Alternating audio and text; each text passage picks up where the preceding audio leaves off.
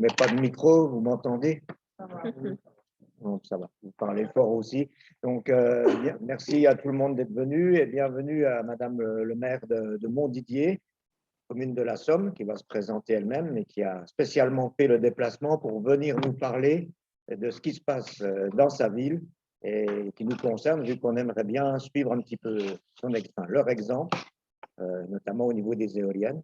Alors, c'est un grand jour pour nous et ça va nous permettre de réfléchir pour éclairer nos choix dans les semaines qui vont venir, puisqu'on doit, avant la fin de l'année, se positionner pour savoir si oui ou non on se lance dans l'acquisition d'une éolienne communale. Et c'est maintenant que ça se joue, donc voilà, cette soirée est très importante pour tous les habitants du village. Ensuite, je ne vais pas être très long, mais après cette réunion-là, il y aura un compte rendu et puis nous ferons une assemblée citoyenne pour permettre à tous les gens qui le souhaitent de venir décider sur ce sujet-là. Mais on essaiera de consulter même ceux qui ne sont pas venus parce que c'est quand même un gros truc, c'est pas le petit projet pour un village de moins de 200 habitants comme le nôtre. Donc merci beaucoup déjà d'être venus de si loin dans notre petit village. Nous accueillons aussi des personnes de Lorraine Énergie qui sont venues en observatrice parce que le sujet les intéresse, puis aussi parce que peut-être ils nous accompagneront dans ce projet ou nous donneront des tas de conseils d'ordre juridique et tout ça. Donc, tous les protagonistes sont là ce soir pour nous permettre de poser les bonnes questions et d'avancer dans les meilleures conditions. Donc, avant de vous donner la parole pour vous présenter, juste puisqu'on a des personnes extérieures, dites qui vous êtes. Je me permets d'enlever le masque pour le visage, c'est quand même plus sympa. Donc, je suis Sylvain Balland, je travaille dans une association qui s'appelle Lorraine Énergie Renouvelable depuis 2019 et j'anime ce qu'on appelle les projets d'énergie renouvelable citoyens. Donc, on cherche à les développer, à encourager leur développement, donc soit en sensibilisant le grand public, soit en accompagnement avec des formations, des outils juridiques, comment on rédige les statuts d'une société, etc. Ou soit en mettant en réseau tous les projets qui existent déjà. Heureusement, ils n'ont pas attendu qu'on arrive pour les faire, les projets citoyens. Donc, depuis 2019, on existe, mais en Grand Est, depuis 2016, il y a eu les premiers projets citoyens. Par exemple, des centrales hydroélectriques à Épinal, où ils ont tapé des anciennes machines qui sont détenues par des habitants d'Épinal. Et autour, il y a un projet dans le Saint-Ouen, d'ailleurs, Patrick est par là, et puis Émilien, c'est Émilien, j'ai toujours un doute avec ton frère, qui travaille, enfin, qui est dans le Saint-Ouen et qui ont créé une société citoyenne pour installer des panneaux sur les toitures des villages. Et voilà, donc moi, ça m'intéresse énormément, ce type de témoignage, parce que notre association fait plein de missions autour des énergies renouvelables, et aussi pour le volet citoyen, pour voir est-ce que c'est un lien ou pas, est-ce que c'est 100% public ou pas. Tous les modèles-là nous intéressent beaucoup. Et puis rapidement, donc du coup, ouais, je suis donc alternante chez Lorraine Énergie Renouvelable, donc auprès de Sylvain. Donc j'accompagne aussi pour les projets citoyens. Et donc j'étais déjà en stage depuis mars, et donc là encore une alternance jusqu'en juin. Alors, Catherine Quignon-Le-Tyran. Alors, je me permets de ôter mon masque parce que je n'êtes pas tout à fait en proximité. Je suis vaccinée 3 fois immunisée, donc normalement, ça devrait aller. Alors, moi, je viens vers vous très heureuse de voir qu'une commune de 200 habitants, enfin moins de 200 même, s'interroge. Déjà, à partir du moment où on commence à s'interroger, c'est qu'on a envie de s'emparer en partie du sujet. L'expérience de Montdidier a été atypique et a été très longtemps un peu fer de lance. Pourquoi nous gagnons en 2001 la municipalité de Montdidier. Montdidier, 6500 habitants, une sous-préfecture, 100 km de Paris, 100 km de Rouen, 35 de Compiègne, 35 d'Amiens. Niché au milieu de rien, on va dire, et qui a pourtant beaucoup de patrimoine, comme la plupart des communes de France, mais on ne le sait pas. On examine les comptes. Et quand on examine les comptes, la commune est en difficulté financière, n'a pas de ressources, et on a pris un engagement pendant la campagne électorale, c'est de ne pas augmenter les impôts. Face à ça, et avec la volonté de vouloir respecter cet engagement, très vite, on va s'interroger, dans un premier temps, sur les pistes de gisement économiques et pas écologiques.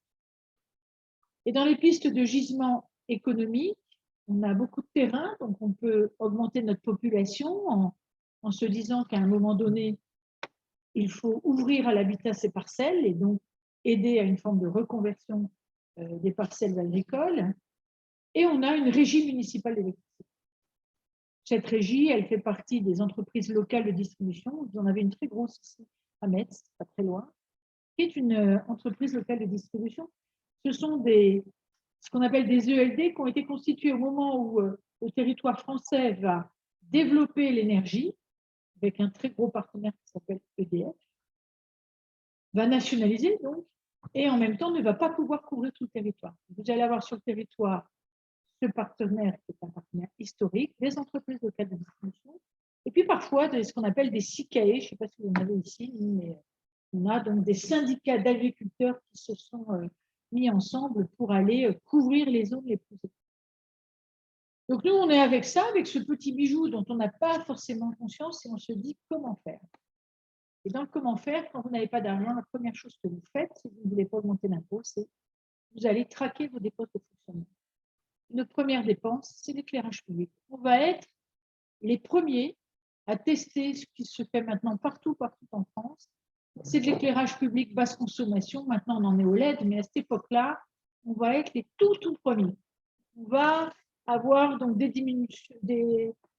moyens de diminuer la puissance, etc. Et on est donc en 2001-2002. Et finalement, ça va faire écho. Et partout en France aujourd'hui, vous avez de l'éclairage basse consommation. Dès qu'on change, on passe au LED. Donc, c'est devenu un enjeu vraiment public dans toutes les communes et quelle que soit leur taille. Mais ça ne suffit pas. Ça n'est pas suffisant pour qu'on équilibre un budget, ça n'est pas suffisant pour dégager de la recette. Là, comme on a cette fameuse régie de l'électricité, on va commencer à réfléchir sur comment, au-delà du nombre d'habitants qui va venir agrémenter nos finances, comment on va pouvoir déployer des opérations et essayer de générer des recettes. Dans les pistes, il y en a une qui s'appelle l'éolien. Personne n'y croit, ou très peu de gens à cette époque-là. On est vraiment dans les premières années où on commence à se dire que le vent peut être une ressource, peut produire de l'énergie. Et du coup, un mât de mesure va être installé à Montdidier. Et à l'époque, pour amortir un projet, il fallait une vitesse moyenne de vent de 6 mètres secondes. En deçà, vous n'équilibrez pas vos projets. Au-dessus, vous faites du bénéfice.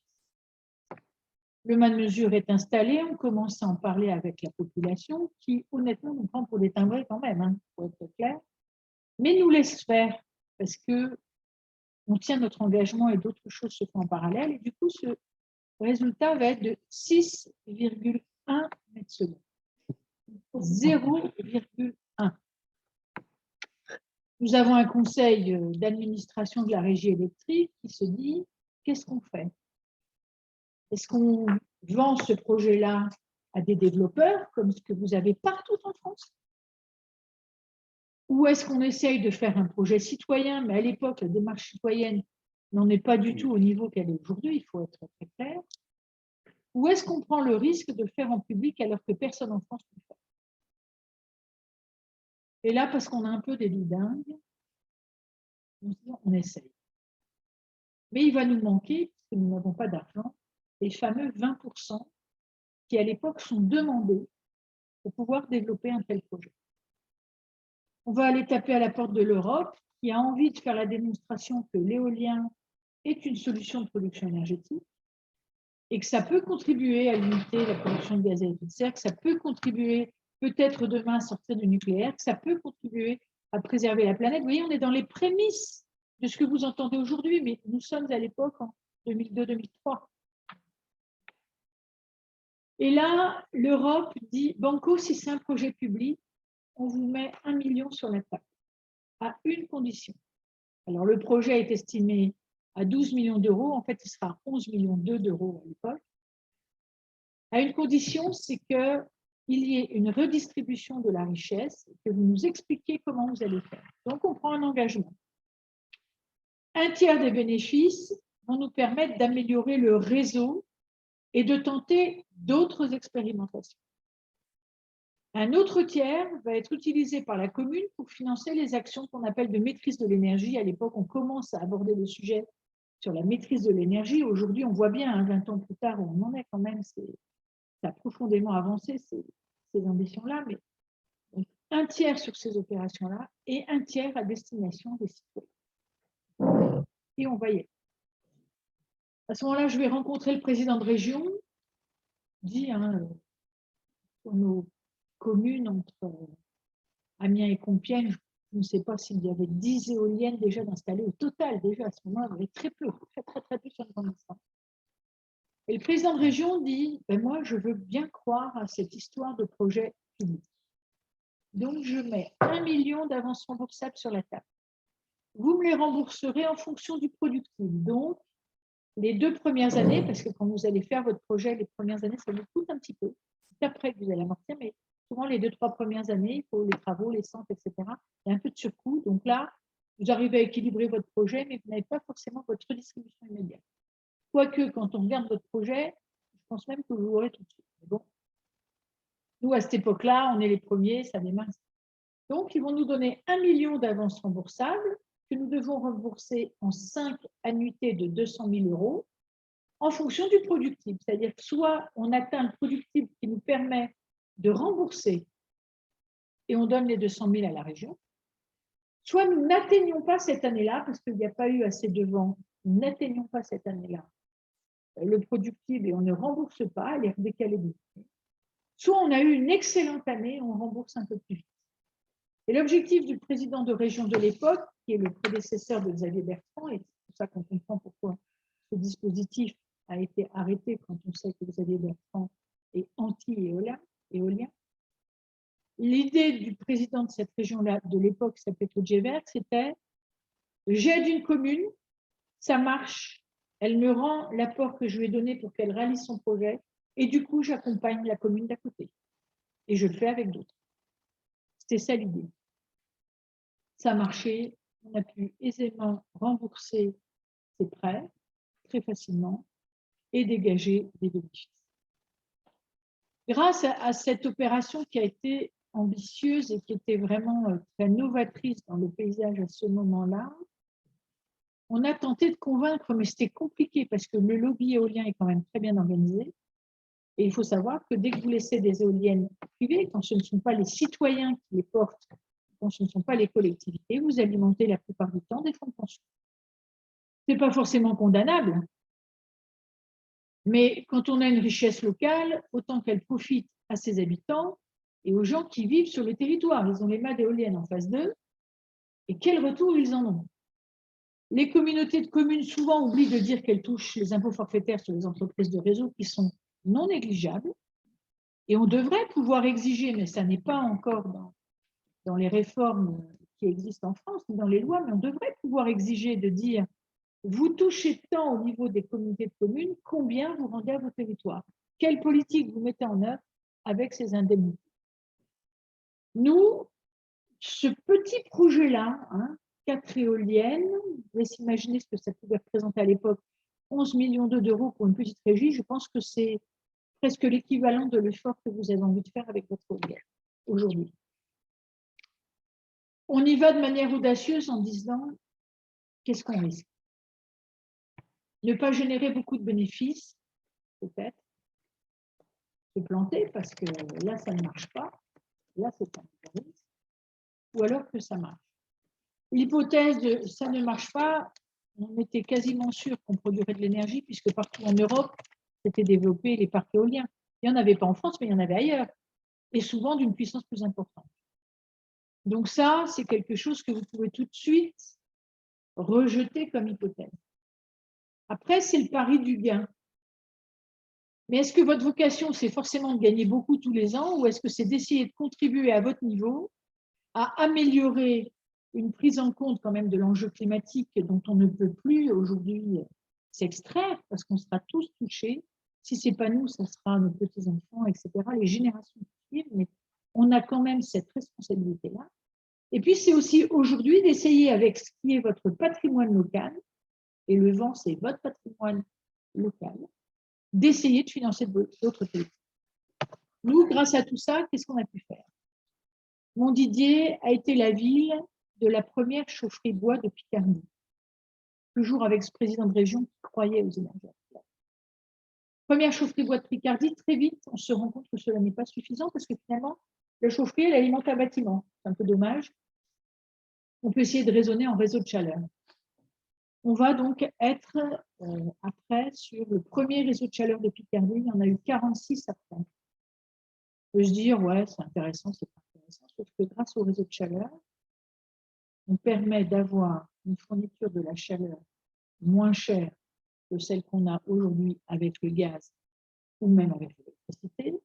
Et on a pu structurer la filière bois, c'est-à-dire qu'en fait, on était organisé avec des artisans forestiers, l'entretien, etc. On ne met pas le bois de très bonne qualité dans la chaufferie, mais en tout cas, 46 réseaux de chaleur existent dans cette région où n'existait pas. Des filières de formation ont été mises en place, des filières d'emploi ont été créées. Donc ça a été une vraie réussite. On a un hôpital, ce n'est pas votre dimension, mais on a un hôpital. L'hôpital a économisé 80 000 € sur sa facture de chauffage.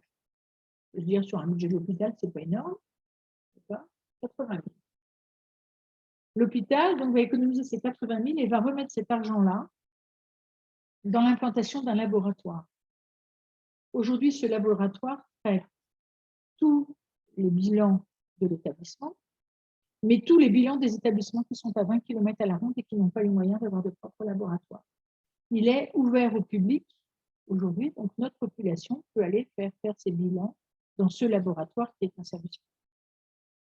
Ça a contribué à ça. Mais ça ne suffisait pas à notre volonté puisqu'on voulait aller encore plus loin. Le aller encore plus loin, ça a été de se dire comment on aide les gens qui vivent ici. Alors, moi, je ne connais pas vos niveaux moyens de revenus dans votre région. Je n'ai pas regardé, je ne dirais pas de bêtises, mais dans la commune de Montdidier, le niveau des retraites moyen, 645 €. 645 €, c'est très peu dans des régions où il fait froid, où les maisons n'ont pas été bien isolées. C'est la réalité des femmes d'agriculteurs qui parfois n'ont pas beaucoup de revenus, un peu de patrimoine, d'autres qui ont travaillé mais ont aussi élevé des enfants, donc se retrouvent en délicatesse. Et un bon salaire à Montdidier, c'est 1 500 €. Et quand vous êtes à l'usine que vous en gagnez 1 000, 2 000, 3 000, vous dites c'est bien parce que finalement, comme les loyers sont peu chers, j'arrive à vivre. Et nous, on ne pouvait pas rester avec ce constat-là parce que ce qui nous animait, c'était vraiment d'arriver à pouvoir financer des politiques grâce à nos bénéfices pour que les gens vivent bien. Donc, grâce aux bénéfices de l'éolien, par exemple, on a pu mettre en place une cantine municipale, donc avec des salariés qui réalisent les menus. Et le prix moyen de la cantine, c'est 1 € pour le plus bas revenu, 3 € pour le plus haut. Un enfant qui mange à la cantine de Montdidier, en fonction de vos revenus, vous gagnez bien votre vie, c'est 3 €, vous la gagnez peu, ou moyennement, c'est 1 €. Avec du bio au repas. Ça a été aussi de travailler sur l'accueil du périscolaire parce qu'on s'est dit qu'il n'était pas normal que des fois, les femmes hésitent à prendre des emplois à temps partiel parce que le coût du périscolaire était un peu élevé. Donc nous, c'est 30 centimes que vous mettiez votre enfant de 7h30 ou à 8h ou à 8h15 jusqu'à 9h, c'est 30 centimes. Parce que comme ça, on n'est pas en train de se dire j'économise parce que j'ai 1, 2 ou 3 enfants, j'économise sur mon temps périscolaire. Ben non, je n'économise pas. Quel que soit le temps dont j'ai besoin pour pouvoir aller travailler un peu si je le désire, eh bien, ce temps-là ne doit pas être à un moment donné mis en parallèle avec ce qui va me coûter pour les frais de garde.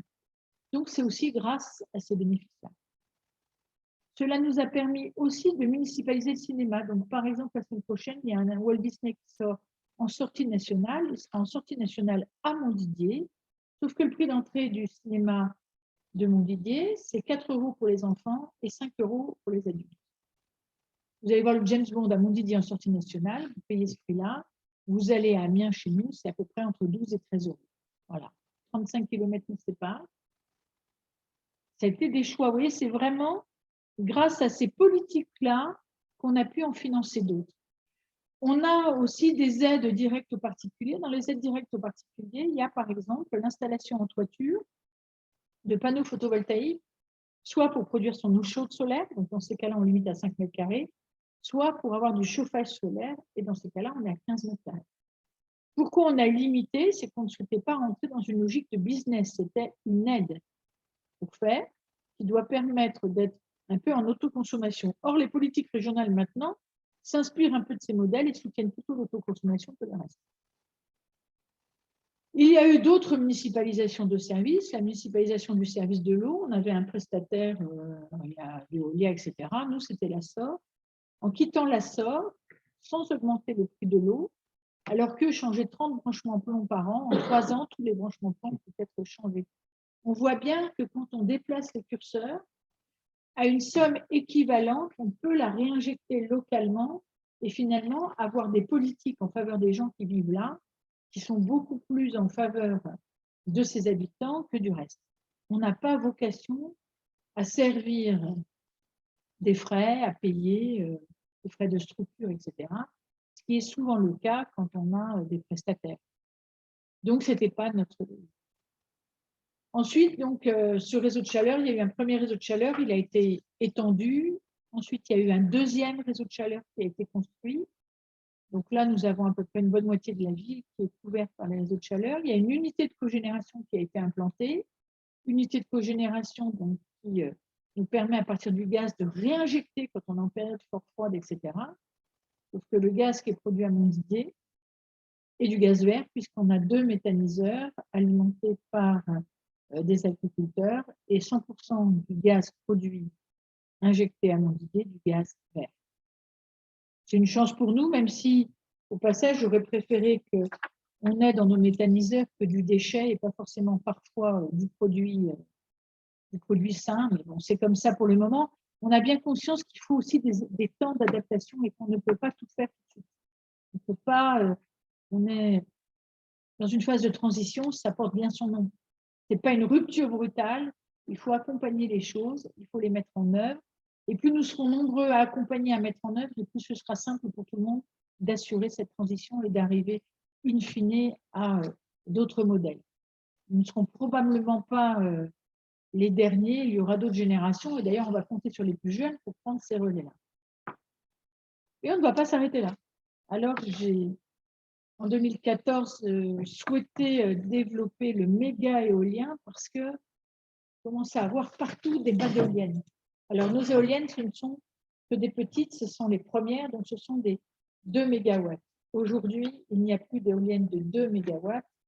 Les plus petites, elles sont à 3, 3,2, et puis vous en avez à 4. Ça commence à être à 5, un peu plus. Nous, ce qu'on souhaitait, c'était développer le méga éolien, donc une éolienne de 8 mégawatts. Il n'y en a pas en France. Nous avions le terrain, l'agriculteur qui acceptait. La fabrication pouvait se faire à 30 km dans un département voisin, donc c'était le début de la filière France. Et là, je n'ai pas su faire. J'assume totalement cette responsabilité parce qu'à un moment donné, je n'ai peut-être pas su suffisamment expliquer ce qui étaient mes craintes, qui étaient les suivantes, c'était de me dire si nous avons trop d'éoliens mis n'importe où, n'importe comment, sans concertation, nous arriverons à un effet contraire qui sera de l'anti-éolien, alors que l'éolien est un moyen de production sain, qui ne cause pas de nuisance quand on fait attention à quel endroit on implante ces éoliennes, qui crée de l'activité et qui contribue à améliorer le quotidien des gens. J'ai donc perdu en 2014 les élections. L'entreprise qui s'est installée a fermé depuis. Elle était à 30 km, 80 salariés ont été licenciés alors qu'il y avait un vrai projet pour la France. Et nous n'avons pas monté cette méga éolienne. Un an plus tard, j'étais à nouveau candidate dans une autre élection parce que j'étais aussi conseillère départementale. Cette commune qui, un an auparavant, m'avait fait perdre, m'a refait gagner. C'est-à-dire qu'en un an, le maire qui a été en place a arrêté tout ce que nous avions lancé. Le méga éolien, les centrales, parce que vous pourriez imaginer ça, vous, par exemple, ici demain, de réfléchir sur une gestion de ce que vous allez produire. Je ne dis pas encore, mais si vous le faites, on essaiera de se mettre ensemble, c'est-à-dire se dire, quand je produis beaucoup, est-ce qu'il n'y a pas moyen que je réinjecte chez mes habitants, sur mes voitures électriques, etc., ce que je produis? On était à ça de réussir, et à ça. On avait trouvé des chercheurs, des machins. Et tout ça, ça arrive. Le maire ne poursuit pas, donc ça s'est vraiment arrêté pour de bon, c'est le cas de le dire, et ça a stoppé complètement. N'empêche que donc, un an plus tard, les habitants se rendent compte que c'était peut-être trop ambitieux pour l'époque, mais que c'était peut-être aussi la voie à suivre. Donc, j'ai regagné à ce moment-là. J'étais candidate à nouveau au municipal la dernière fois. Et bien qu'il y ait 5 listes dans cette commune, au premier tour, on a fait 48 minutes. Et au deuxième tour, ce qui montre qu'il y a parfois de la contestation et du doute, mais si vous croyez dans votre village, si vous croyez dans vos élus, si vous croyez dans votre puissance à vous, parce qu'en plus, vous êtes des citoyens engagés, c'est super ce que vous faites, j'aimerais pouvoir le faire. Honnêtement, cette idée de, alors là, je trouve ça génial, que finalement, même si nous savons que réglementairement, c'est pas, voilà, mais que les citoyens puissent s'exprimer et qu'on prenne en compte, c'est quand même génial, ça. Vraiment, si vous réussissez ça, alors là, je vous tire plus que mon chapeau, je pense que vous êtes meilleurs que nous. Meilleurs que nous parce que vous aurez tiré les conséquences de ce que nous n'avons pas bien fait. Peut-être que si on avait fait ça sur le méga, on n'aurait pas perdu. Donc, vous aurez pu tirer, vous, finalement, de bonnes conséquences de tout ça. Et peut-être que surtout, vous aurez foi dans ce que vous faites et que vous aurez d'autres initiatives. Quand je vois ce village avec tout ce que vous avez déjà comme potentiel, comme commerce, etc., et puis cette énergie, moi je dis Montdidier, la ville des énergies partagées, mais franchement, vous pourriez dire exactement la même chose ici. Vous êtes meilleurs, donc essayez de croire en ce projet. De toute manière, dites-vous que si les privés veulent venir ici, c'est que c'est possible. Les privés ne viendront pas s'ils doivent y perdre de l'argent. Ça, c'est clair. S'ils y viennent, c'est qu'au minimum, ils savent que sur les premières années, ils amortissent au moins leurs investissements. Donc, même si, comme nous, peut-être que la première, la deuxième année, vous n'allez pas avoir des marges de bénéfices très conséquentes. Peut-être. Et encore, quand je vois les taux d'emprunt aujourd'hui, il faut emprunter sur un taux fixe. Ils sont tellement bas que ce n'est pas la peine d'aller se dire je vais jouer pour gagner 0,20%. Ça ne sert à rien. C'est tellement bas qu'il vaut mieux un taux fixe. Partez sur un taux fixe. Les éoliennes, elles sont garanties 20 ans. 20 ans. Les contrats de rachat, selon les opérateurs, 15-20 ans. Vous adossez vos emprunts à ça et vous ne prenez pas de risque. Mais quand même, quel beau projet, parce que si ça marche, si vous êtes à 6,3, je vous laisse imaginer. Si on est capable, nous, là, la semaine prochaine, de mettre 150 000 € sur la table, hein, on a une salle comme ça, et tous les foyers fiscaux de Montdidier viennent chercher un chéquier de 50 €. Tous, on a 3 500. Ils viennent chercher, à peu 3 200, pardon. Ça nous fait à peu près 150 000 € parce que tout le monde ne vient pas. On redistribue ça, donc c'est un petit chéquier de 50 € avec ces 10 chèques de 5 € à n'utiliser que dans le commerce local. Les grandes surfaces, par solidarité avec le commerce de centre-ville, etc., ne les acceptent pas. Donc le boucher, le marchand de jouets, le coiffeur, le marchand de chaussures, le caviste, tout le monde en profite. On donne ces chéquiers, on a un système qui permet de s'assurer que ce ne sont pas des photocopies, donc il y a un truc à faire qu'on vous dira. Et du coup, non mais je ne vais pas le dire là pour pas que ça circule, parce qu'après, sinon, après, il y a un truc à faire qu'on évoque qu'aux commerçants. Et du coup, quand la personne vient avec son ticket, ils font ce truc-là, ils savent si c'est un faux, si c'est un vrai. Et après, on vient ramasser donc les chèques chaque fin de semaine, et ensuite, on fait un mandat administratif de la mairie de Montdidier au commerçant. Ça a sauvé l'année dernière notre commerce local. Puisque Covid, les commerçants ont été fermés, il y a eu une vraie dynamique, et l'argent a été vraiment redistribué. On a fait la même chose avec les restaurateurs. Nous avons des anciens. On faisait un repas des aînés. Crise Covid, pas de repas des aînés. On a donné à chaque aîné de plus de 65 ans un chèque de 20 € à utiliser chez nos restaurateurs. Quand les restaurants ont été fermés, ils ont dit pas de problème, sur ces chèques-là, on les fait en plein emporté. Ça a été pour eux une diversification d'activités et aujourd'hui, ils nous disent finalement, on était contre le emporté, on a réouvert, maintenant on maintient le emporté. Vous voyez, tout ça, ça a permis d'amorcer des pompes à l'échelle locale et de se dire comment on fait. Donc, pour nous, l'enjeu maintenant de 2022, c'est que Montdidier s'efface complètement, qu'il n'y ait plus de facture énergétique pour la ville de Montdidier. Je ne veux plus faire un chèque à ma régie, que j'adore hein, quand même. Donc, le deal qui est trouvé avec eux, c'est de se dire, bien, on a aussi du soleil, puisqu'on a une centrale photovoltaïque. Donc, on va utiliser le soleil et on va implanter donc, des panneaux photovoltaïques. Alors, il y a une opération qu'on peut dire bien et une qui est moins bien, mais dont on a besoin si on veut pouvoir se passer.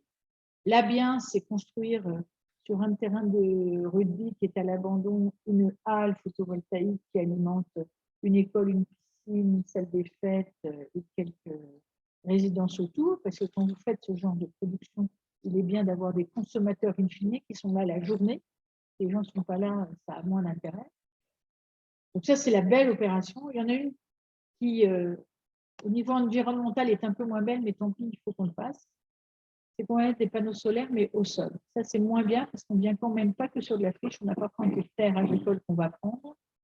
Elles sont enclavées, mais c'est un peu dommage de le faire pour le moment. On se dit que tant pis, elles vont être gelées pendant 15 ans ou 20 ans, mais qu'au moins, elles vont nous permettre de passer cette transition avec cette augmentation de l'énergie qui est annoncée, qui devient complètement folle. Hein. Il y a, quand vous regardez les prix d'achat de l'énergie, quand vous avez des entreprises comme ça d'électricité, vous vous rendez compte que le prix, ce n'est pas du simple au double. On est des fois multiplié par 200, par 300. C'est un truc de dingue. Et si on devait répercuter ça sur les usagers, ça coûterait beaucoup trop cher. Donc, le moyen de le maîtriser, c'est de fabriquer sa propre énergie. Vous, avec une seule éolienne, vous êtes tranquille. Vous allez couvrir bien au-delà de vos simples besoins de votre village. Vous allez être obligé d'en réinjecter et d'en revendre ailleurs. Donc là, quand on regarde un peu où vous en êtes, l'étude de faisabilité, entre guillemets, potentielle est faite. Vous pouvez réinjecter parce qu'il faut des postes sources. Donc, vous n'avez pas de poste source à payer, ce qui est quand même très intéressant. Je ne connais pas le kilomètre de raccordement chez vous, mais nous, c'est quand même 100 000 € quand on veut faire des kilomètres. Voilà, je ne sais pas. Mais là, vous, à mon avis, si vous avez un poste source, ça veut dire qu'il n'est pas très loin, donc vous n'allez pas avoir ces coûts-là, qui sont des coûts importants. 5 km au poste source. Nous, on était à 10 km. Vous voyez, c'était voilà. Mais l'intérêt d'avoir le poste source, c'est que vous n'avez pas à investir pour en faire un nouveau, et ça coûte très, très cher.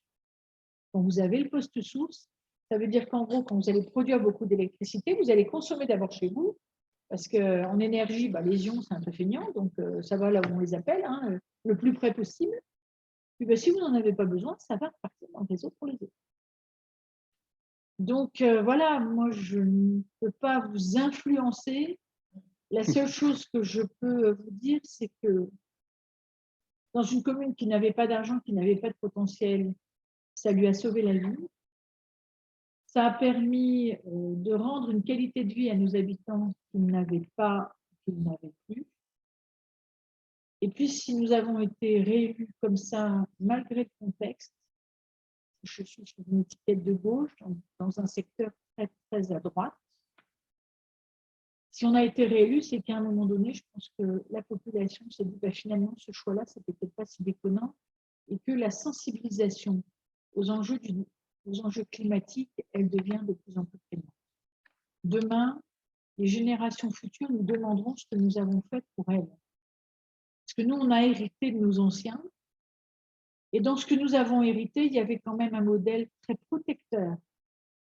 Tout ce qu'on a autour de nous a quand même protégés. Il y a eu des fois des mauvais choix, mais c'est des choix qu'il faut toujours replacer dans leur contexte. Je ne renie pas le nucléaire, même si j'en connais les méfaits, les dangers, parce qu'on sait qu'à terme, on ne sait pas quoi en faire. Mais à un moment donné, il y en a eu besoin. Vous ne pouvez pas avoir des gens qui étaient sur les trottoirs à Paris, qui n'avaient pas de logement, qui avaient des logements.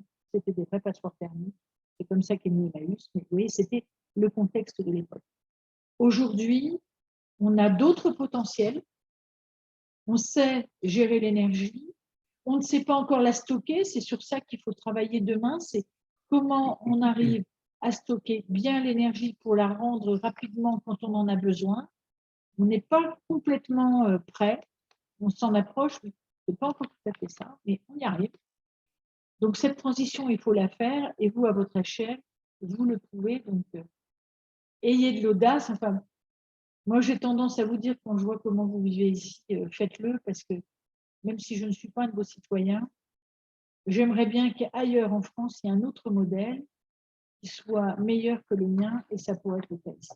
Voilà. Merci.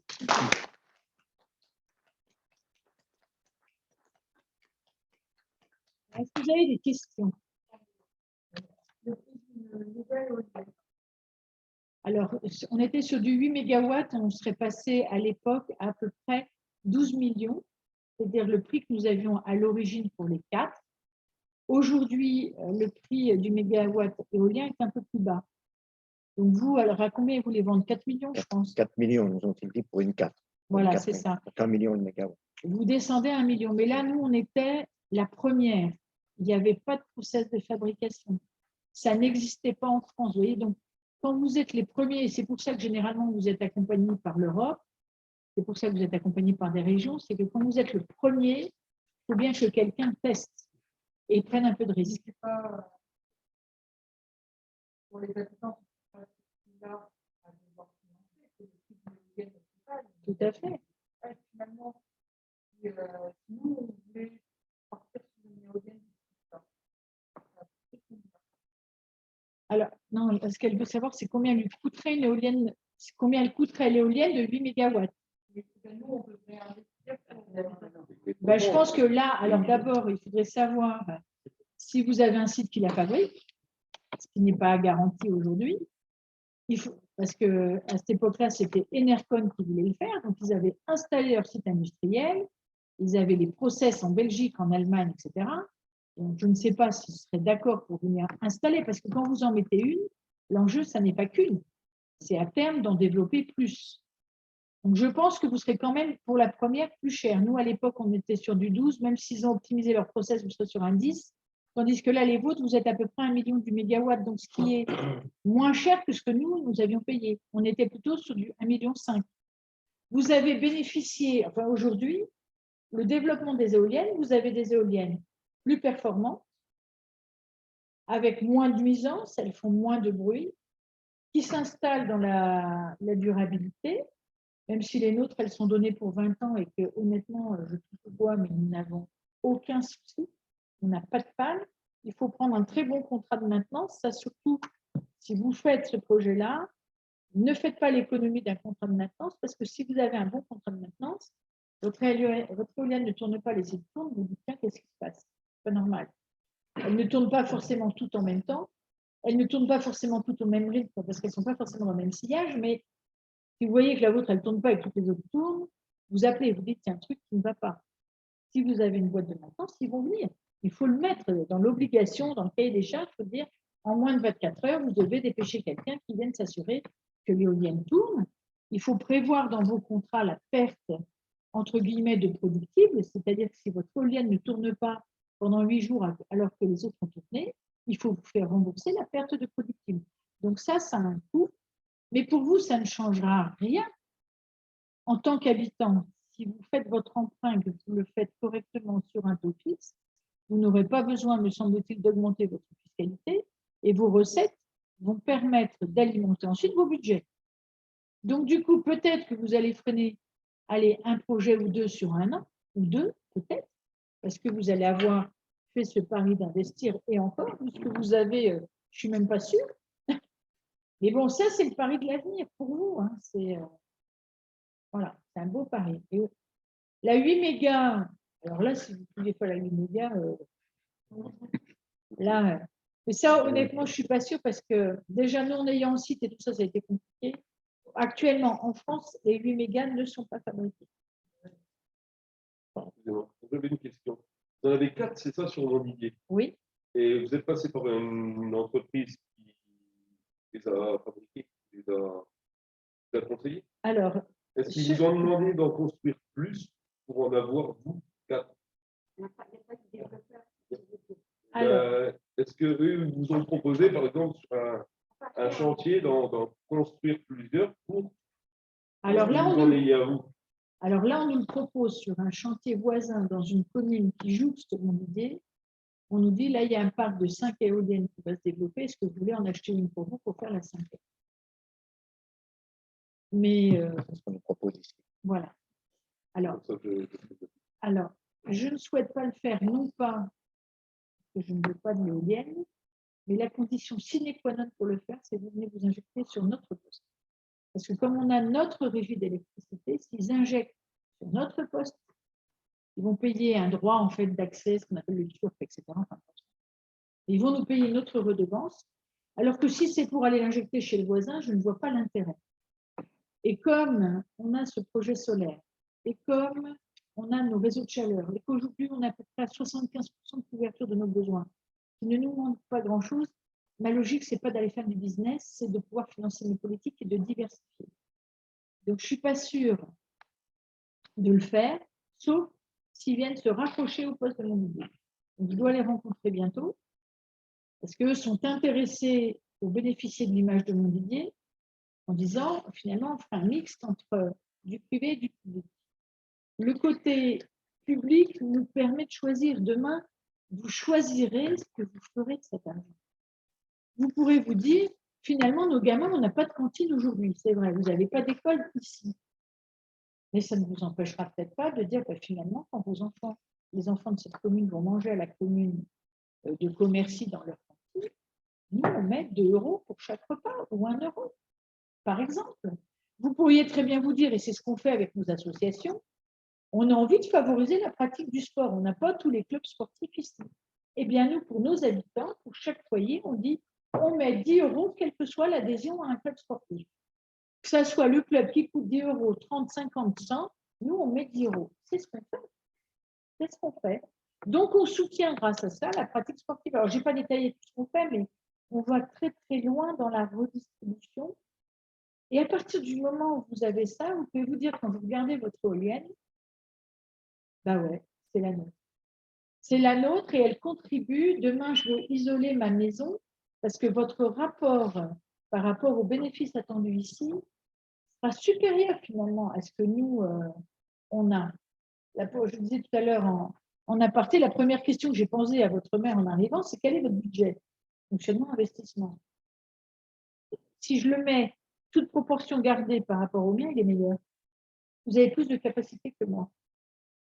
Autrement dit, si demain vous partez sur ce type de projet, vous aurez encore plus de capacité. Donc, du coup, vous qui êtes animé par le bien public, parce que quand on a une assemblée citoyenne, c'est qu'on se sent investi dans l'endroit où on vit, dans sa cité, autrement dit, son village. Vous allez pouvoir vous dire comment on redistribue. Peut-être que cette année, on va pouvoir redistribuer très largement et finalement, toutes ces maisons qui sont là, qui sont des passoires thermiques, il faudrait refaire les joints, il faudrait refaire les fenêtres, il faudrait refaire la toiture, eh bien, on donne un coup de main parce qu'on peut le faire. Peut-être qu'après, vous ne pourrez pas. Et vous déciderez. C'est vous qui déciderez. C'est personne d'autre. Et ça, c'est quand même important quand nous, on décide de faire ce parc. Si on part sur le parc solaire, on sait qu'en clair, alors que là, on s'est engagé, donc il y a une école qui va être réhabilitée, 1 million d'euros. Pour favoriser l'extension, il faut encore 1 million d'euros. On l'a inscrit dans le plan de relance, on est accompagné, on va faire. On a déjà inscrit l'agrandissement d'un pôle administratif avec des services sur lequel on mettra du photovoltaïque, sur lequel on va développer l'aire de covoiturage, sur lequel on fait de l'accueil avec de l'hébergerie, etc. pour ne pas utiliser trop de surface. Donc tout ça, ça va consommer notre budget. Donc si on fait demain le solaire, et je pense que 2022, c'est ce que nous allons faire, peut-être que 2023, on va être un peu gêné aux entournures. C'est pas grave. C'est pas grave. Si pendant 1 an, on est obligé de décaler d'autres projets, on le décale. Parce que c'est le pari de l'avenir sur 10, 15 ou 20 ans. Le solaire, selon les panneaux que vous prenez, vous pouvez être tranquille à minima 10. Et si vous faites des choix de panneaux performance, c'est 15, voire 20. Nous, on va faire ce pari-là. Vous voyez, vous aurez le choix. Dans cette commune où la liberté d'expression est telle qu'elle s'incarne jusqu'au vote, quand même, ça doit être. Allez-y, monsieur. Oui, alors, Dis peut-être quitter parce que tout à l'heure, on ne t'a pas présenté. oui, excusez-moi. Donc, j'habite, je ne suis pas d'ici, excusez-moi, un village qui s'appelle Oumiéville, et bon, qui est intéressé par des tas de projets, dont un projet de lien. Alors, moi, la question que j'aurais à vous poser par rapport à ça, c'est la question de l'éolien, comme vous l'avez dit, ça peut être, on a un développeur, ça peut être un projet citoyen, ou alors, comme vous l'avez fait, vous portez. Alors, je voudrais connaître la différence en termes de revenus, parce que ce n'est pas négligeable, j'imagine, entre vous, ce que vous allez percevoir quand c'est votre éolienne, et ce que le développeur vous fait miroiter. Donc, je pense que la différence est assez énorme. Mais avant ça, je voudrais vous demander quand même, comment est-ce que vous faites pour monter un projet? Parce que c'est quand même des projets qui sont lourds, complexes, que ce soit sur le plan juridique, sur le plan de la réglementation, sur le plan technique, sur le plan des autorisations, c'est des projets qui sont sur le long terme. Est-ce que vous avez été accompagné? Parce que sinon, ça peut être compliqué quand même, hein, non? Alors, comme on était sur un projet public avec des financements européens, on avait le million européen, on a eu un appel d'offres européen. Et alors là, c'est très, très, très compliqué. C'est-à-dire que vous devez poser exactement les mêmes questions à tous les gens qui répondent. Vous organisez une consultation, c'est-à-dire que dans un premier temps, vous allez les recevoir et après, ils vont vous remettre votre offre. Donc, il ne faut surtout pas qu'on ait l'impression que vous allez favoriser Pierre, Paul, Jacques, Vincent et Guido. Donc, vous devez être bien borduré au niveau juridique et avoir l'assistance d'un avocat sérieux. Après, généralement, les développeurs maintenant connaissent très bien les process. Ils savent comment il faut déposer le projet en préfecture, ils connaissent les commissions et les instances en lesquelles sont émis les rendus des avis, tout ça, ils connaissent. Donc, généralement, les développeurs, maintenant, ce qu'ils font, c'est qu'ils montent le projet et qu'ils vendent le projet. Donc, soit ils le développent pour leur propre compte, pour eux, soit ils le vendent à un prestataire X ou Y, mais quand vous allez creuser derrière, souvent, vous avez des fonds de pension. Soit ils vendent le projet aux citoyens, ou ils vendent le projet à une collectivité. Et là, vous, dans ce que vous évoquez, vous pourriez très bien avoir un développeur qui vous dise, ben voilà, nous on a mis le de mesure. Alors, chez moi, c'était 6 mètres secondes à l'époque. Les éoliennes de 2 MW, intéressez-vous sur quelle est la vitesse moyenne de vent, parce que ça, c'est quand même l'élément de base. Si vous êtes sur une vitesse moyenne de vent trop faible, ce n'est pas la peine d'y aller. Votre investissement ne sera pas bon. Quand je vous dis, on a joué comme ça pour 0,1, tout le monde ne jouerait pas pour 0,1. Mais si vous le faites, donc vous, en tant que collectivité, tout ce que vous allez produire, vous allez le revendre. Il y a ce qu'on appelle le tarif de rachat. Vous allez avoir une offre de rachat à X euros du mégawatt. Selon le moment où vous allez le vendre, ce n'est pas forcément le même prix. Nous, à l'époque, c'était très peu cher. Quand on a commencé, on était sur 65, on est à 90 euros. C'est là qu'on a fait le marge. Donc, il faudra que vous interrogiez au moment où vous serez prêt à faire votre projet, c'est quel est le tarif de rachat. Parce qu'en fonction de ça, vous avez tant de mètres secondes, vous avez tant de productibles attendus, tant de mégawatts attendus par rapport à vos éoliennes. Vous multiplierez par le prix, vous déduirez le remboursement de vos annuités d'emprunt, vous déduirez le montant, enfin moi ce que je vous conseille de la maintenance, vous déduirez, parce qu'il faut le prévoir, le montant du démantèlement, comme ça vous êtes tranquille. Et quand moi je vous dis on redistribue les bénéfices, je parle bien des bénéfices. Quand on redistribue 150 000 €, en fait c'est sur plus de 400. D'accord? Je redis que nous avons engrangé en ayant payé tout ça. Quand nous aurons fini de rembourser nos éoliennes, on a 2 choix possibles. Soit on se dit, bah, elle tourne toujours, peut-être un peu moins bien. Est-ce qu'on prend le risque de laisser tourner comme ça jusqu'à ce qu'elle casse ou qu'elle ne tourne plus? Mais on n'a pas de nouvel investissement à faire, donc c'est quand même peut-être un bénéfice avec un rendement un peu moindre. Et comme je n'ai pas de remboursement, mon delta est plus important. Ou est-ce que je pars sur des plus grandes, parce que je plus que ces 4-là, parce que maintenant tout le monde est attaché à ces 4 éoliennes. Quand vous prenez nos supports, on voit les 4 éoliennes. Quand on communique, c'est 4 éoliennes. Quand il y a une bière locale qui a été créée, il y a les 4 éoliennes. Ah oui, alors vous regardez s'il y en a 4. Est-ce que là, on a les 4? Ah non, il n'y en a qu'une. Mais en haut, dans le logo, regardez, il y en a 4. Le logo de la régie, il y a bien les 4 éoliennes de Midi. C'est un dessin, alors on peut couper. On va en dessiner plus si vous voulez. Mais voilà, donc là, vous allez pour votre propre compte. Si vous êtes une assemblée de citoyens. Ben, ça va être réparti entre les citoyens qui investissent, on est d'accord. Et si c'est un producteur privé, vous ne toucherez que l'IFER, peut-être un peu de CVM, peut-être. La contribution de la valeur ajoutée aux entreprises. Et le loyer, si c'est sur un terrain commun. Voilà, et si c'est sur un terrain communal, effectivement, vous avez le loyer. Donc voilà, c'est peanuts. Oui, c'est ça. C'est peanuts. C'est rien. Je pense toujours au parcours. Hein, excusez-moi, je pense Allez-y. toujours au parcours. Est-ce qu'on peut imaginer qu'un développeur fait quelques éoliennes et que vous en achetez une? Oui. Oui, et dans ce cas-là, je veux dire, bon, évidemment, il y a un risque financier relatif, mais néanmoins, c'est-à-dire que dans ce cas-là, elle nous appartient. Tout le parcours, moi, c'est le côté parcours. Hein, Ils vont vous le faire. Ils vont le faire. Bien Et au sûr. final, On fait ici. oui, ça c'est ce que vous faites, vous, pardon. Oui, Ils vont non, vous le c'est faire. votre projet. Le Ils projet, c'est vont- un développeur à qui vous allez acheter. Non, ce n'est pas exactement ça. Ici, le développeur, il a un projet un parc de 6 éoliennes. Et nous, on a accepté au niveau du conseil municipal, de l'ancien conseil, on a dit OK, vous mettez votre parc à la condition que nous, qu'il y ait une éolienne, au moins une, voire 2 éoliennes qui nous appartiennent en propre à la municipalité. Et ils ont accepté. Donc là, aujourd'hui, on en est à décider si oui ou non. Enfin, on n'aura pas dit on leur a demandé qu'ils nous offrent cette possibilité. Donc, comme il s'y était engagé, ils nous l'ont offerte.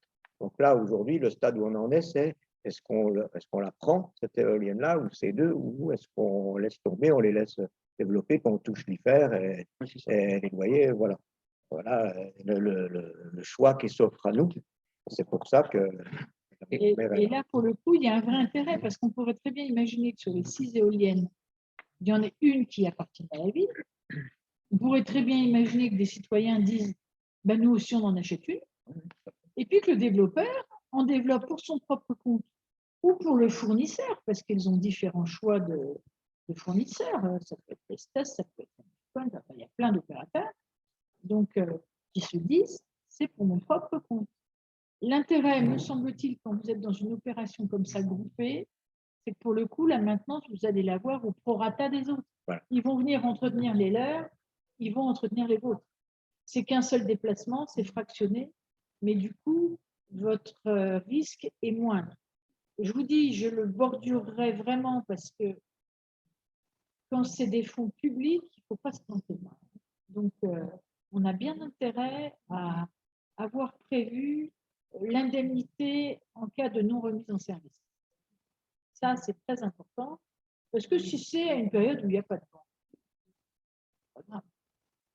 S'ils vous font l'entretien quand il y a peu de vent, c'est pas grave. Mais si c'est quand on est dans la période là, novembre, décembre, janvier, février, où là, vas-y, ça tourne. Nous, il y a des périodes où les 8 mégawatts sont complètement déployés et sur la ville, on n'en consomme que 4 à 5. Vous voyez, on ne consomme que 4 à 5, on déploie beaucoup plus. Ça sera le cas des habitants ici. Donc, vous pouvez partir sur ce choix-là et du coup, c'est eux qui vont réaliser. Après, sur le public, je pense qu'on a intérêt à choisir quand même avec qui on travaille. Donc, à être associé à qui va être mon fournisseur. Ça, c'est vraiment très important de ne pas être maqué avec les uns ou les autres. Ça prend du temps, ça veut dire qu'on s'investit, on auditionne, on va voir les machines. Moi, je préfère telle machine, je préfère telle autre. Je prends des Enercon, je prends des Vestas, je prends d'autres, peu importe. Nous, à l'époque, au moment où on va choisir les machines, le périmètre obligatoire, la distance entre les maisons et l'éolienne, c'est 500 mètres. 500 mètres, c'est quand même pas loin. On a mis 800. La méga éolienne, elle était à 1 km. Parce qu'on se disait, on ne sait jamais. Des fois, si un jour il y a des nuisances et tout ça, au moins on est tranquille. Quand on a fait les chaufferies bois et le réseau de chaleur, les filtres à manchon pour les particules n'étaient pas obligatoires. Quand même, quand on discute avec des gens, parce qu'on n'a pas d'expertise, moi, mon métier, c'est infirmière au cadre de santé. Donc, je n'y connais rien, sauf que la santé, pour moi, c'est important. Donc, du coup, on va se renseigner. Quand on se renseigne, vous allez rencontrer des gens comme moi, puis d'autres, vous en verrez d'autres. On se dit, finalement, si, les manchons, aujourd'hui, sont obligatoires. Heureusement qu'on les gagne. Parce que sinon, c'était des surcoûts. on n'aurait peut-être pas pu les mettre. Vous voyez, c'est voilà. Donc, c'est pour ça que je dis c'est bien d'être un peu audacieux. Se dire, bon, même si je perds 1 an ou 2 ans sur mes investissements parce que je suis un peu léger, je le rattraperai très largement. Depuis 2001, la fiscalité, enfin, sous nos mandats, les 2 premiers mandats, 0 augmentation de la fiscalité, 0, maîtrise des prix. Nous perdons le mandat, donc le précédent, là, le maire en place a augmenté la fiscalité, non par besoin, mais parce que ce n'était pas normal qu'on paye moins cher l'électricité. La taxe municipale chez nous était à 4%, partout ailleurs, elle était à 8%. Et le maire en place se disait, mais pourquoi est-ce que les Montdidiériens paieraient 4% alors que les autres en payent 8%? Ils sont comme tout le monde. Voilà.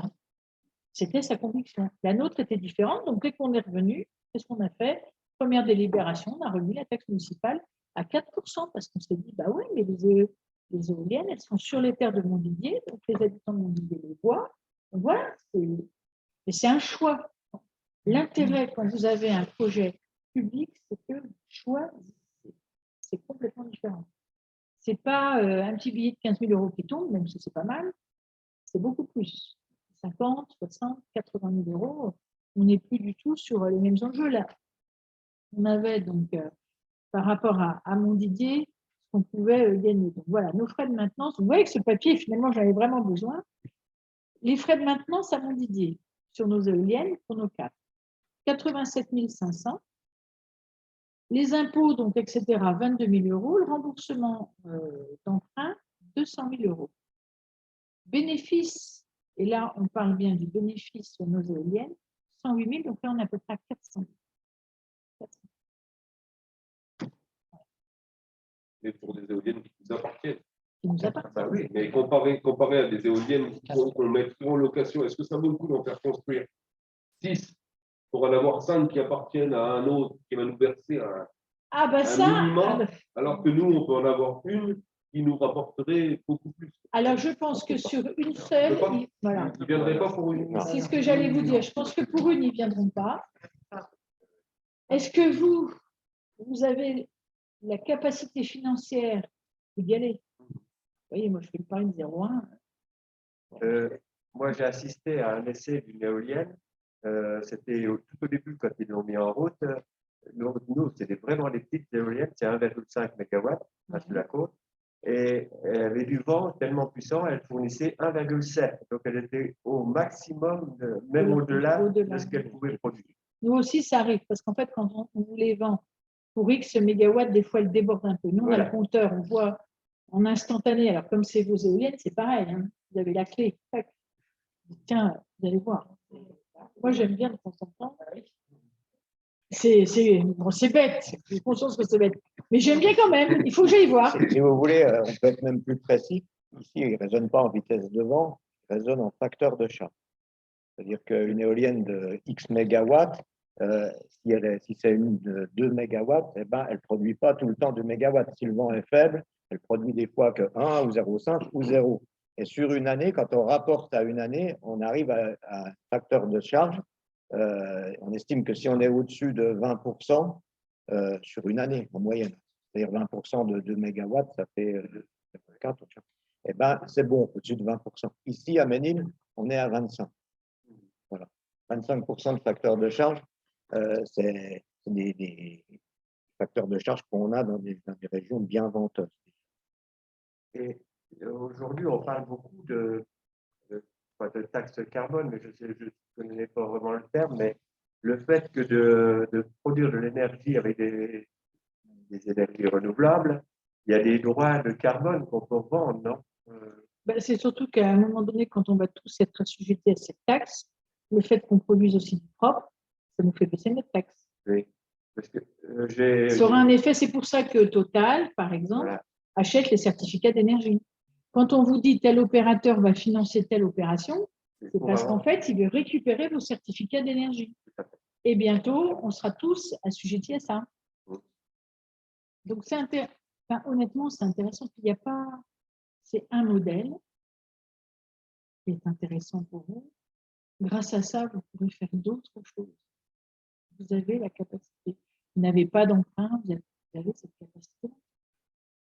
Je vais rajouter un truc sur le tarif de rachat, parce que vous êtes à 90 € le mégawatt, ça a baissé. Oui. Là, comment ça s'appelle, WPD, la société qui nous doit mettre les autres éoliennes, nous ont dit qu'ils tablaient sur un minimum de 56 € dans le cadre de l'appel d'offres, dans le contexte des appels d'offres actuels. Mais il faut savoir que la commune, si elle achète une éolienne, a droit à une bonification de 20% sur le tarif de rachat, qui nous emmène, même si l'appel d'offres n'est pas bon et qu'il y a un plancher de 56 €, pour nous, ça ferait un minimum de 65. Yes, sur quoi vous avez démarré, si j'ai bien compris. Puis, oui, on a démarré nous sur ça à une époque où le prix du mégawatt que nous achetions était 50% de plus que ce que vous allez acheter. Quand vous allez acheter votre mégawatt à 1 million, nous, on l'a acheté à 1,5 million. Et malgré tout, on a tenté. Donc, on est encore. Les 0,86, ça fait déjà au moins 25, ça fait environ 25%. Par rapport à ce qu'ils avaient annoncé au début, parler des 0,86, c'est ça? 0,86. Non, 0,65. Au tout début, le premier taux que vous aviez annoncé, c'était un autre. Le taux de 90. Nous, oui, on est nous, pas mais sur la nous, parce même que quand période. on a acheté, en fait, au moment où on le fait, les offres de rachat étaient plus compétitives qu'aujourd'hui, mais le prix était beaucoup plus cher. Et le- Donc, du coup, finalement, aujourd'hui, vous allez payer moins cher votre éolienne et ils vous font une offre de rachat de l'électricité qui était le même que celui qu'on nous proposait à l'époque, alors que, donc moi, mon mégawatt à 1,5 million, vous, il est 1 million. On vous proposait 65, on vous propose 62. 65. 65. Donc, on vous propose la même chose avec Un un investissement coût de mégawatt important. moindre. Mais je vous le dis, c'est le privé. Enfin, moi, je n'ai jamais vu le privé se mettre dans des endroits où ça n'était pas intéressant. Et si ça n'était pas intéressant, on n'aurait pas autant de... Parce que tout le privé n'est pas convaincu du bien fondé écologique. Nous, je vous l'ai dit, j'ai été honnête, au départ, c'est un bien fondé économique. Aujourd'hui, on a évolué parce que forcément, comme on s'est investi dans le développement durable, etc., et qu'on a vu, enfin, j'ai une commune, moi, qui a été inondée, il a fallu reloger 140 familles. Après, on a eu des mouvements de terrain, donc on voit les effets. On les voit. Donc, du coup, on a été convaincus aussi des bienfaits écologiques. Là, dans les décisions que nous prenons, que j'évoquais sur le solaire, j'aimerais pouvoir mettre tout en hauteur. Mais le coût de l'investissement, il est tel qu'on ne peut pas se le permettre. Aujourd'hui, on ne peut pas se le permettre.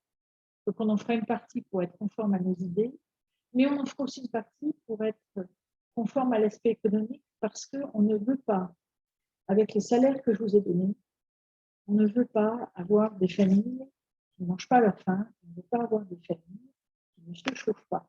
Quand vous regardez Germinal, c'est dans quelle région? Germinal, c'est le Nord. Et quand vous regardez ça, on voit très bien les conditions de vie. Il y a des choses qui ont changé, je ne vais pas me plaindre, mais il y a encore des choses pour lesquelles il faut travailler. Nous, la cantine municipale, il n'y a pas que la cantine avec, il y a le portage de repas.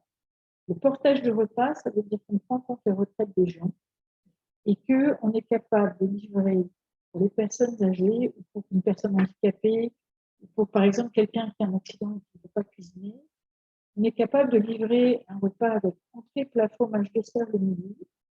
Le soir, la soupe, le fromage, le dessert. Le matin, le petit-déj avec sa baguette et son carré de beurre. Le prix le moins cher, c'est même pas 4 € par jour. Et le plus cher, on doit être à 6,50 €. Donc, ils n'ont pas le choix du repas. C'est le repas qui est servi à la cantine. Il n'y a pas le régime, d'accord? Mais quand même. Voilà. Oui, nous, on est aussi conforme. Enfin, on a essayé de lier nos convictions politiques, nos convictions écologiques et les ressources qu'on avait sur notre territoire. Quand je vous dis que vous êtes meilleurs que nous, c'est que vous êtes capable de nos convictions écologiques et les ressources qu'on avait sur notre territoire. Quand je vous dis que vous êtes meilleur que nous, c'est que vous êtes capable de transcender les partis, de vous mettre d'accord autour d'une table sur des projets. Ça, c'est quand même super. Honnêtement, je ne sais pas si j'arriverai à faire ça. C'est la taille. Bah ouais, c'est ce qu'il me dit. Mais bah, vous allez avancer, puis après, c'est vous qui viendrez. Mais en tout cas, c'est quand même vraiment une très belle démonstration. Vous allez peut-être être les pionniers pour demain. Vous allez peut-être être les pionniers. Et ce serait bien. Ce serait bien. Moi, j'aime bien marcher aussi dans les pas d'autres. Parce que quand on marche dans les pas d'autres, on apprend d'eux. Il faut des gens qui sont des têtes de proue. On l'a été, on sera peut-être sur d'autres sujets, comme vous l'êtes vous ici. Et si vous y arrivez, c'est quand même un très bel exemple. Franchement, les communes, enfin, la France, elle est composée de quoi? De quelques agglomérations, quelques. Paris, Nîmes, Bordeaux. Après, on a quelques autres grandes villes. Tout le reste, c'est quoi? Nous, dans la Somme, pour vous donner une idée, nous dédiez 6500 habitants, on est la 6e ville du département, il y en a 747.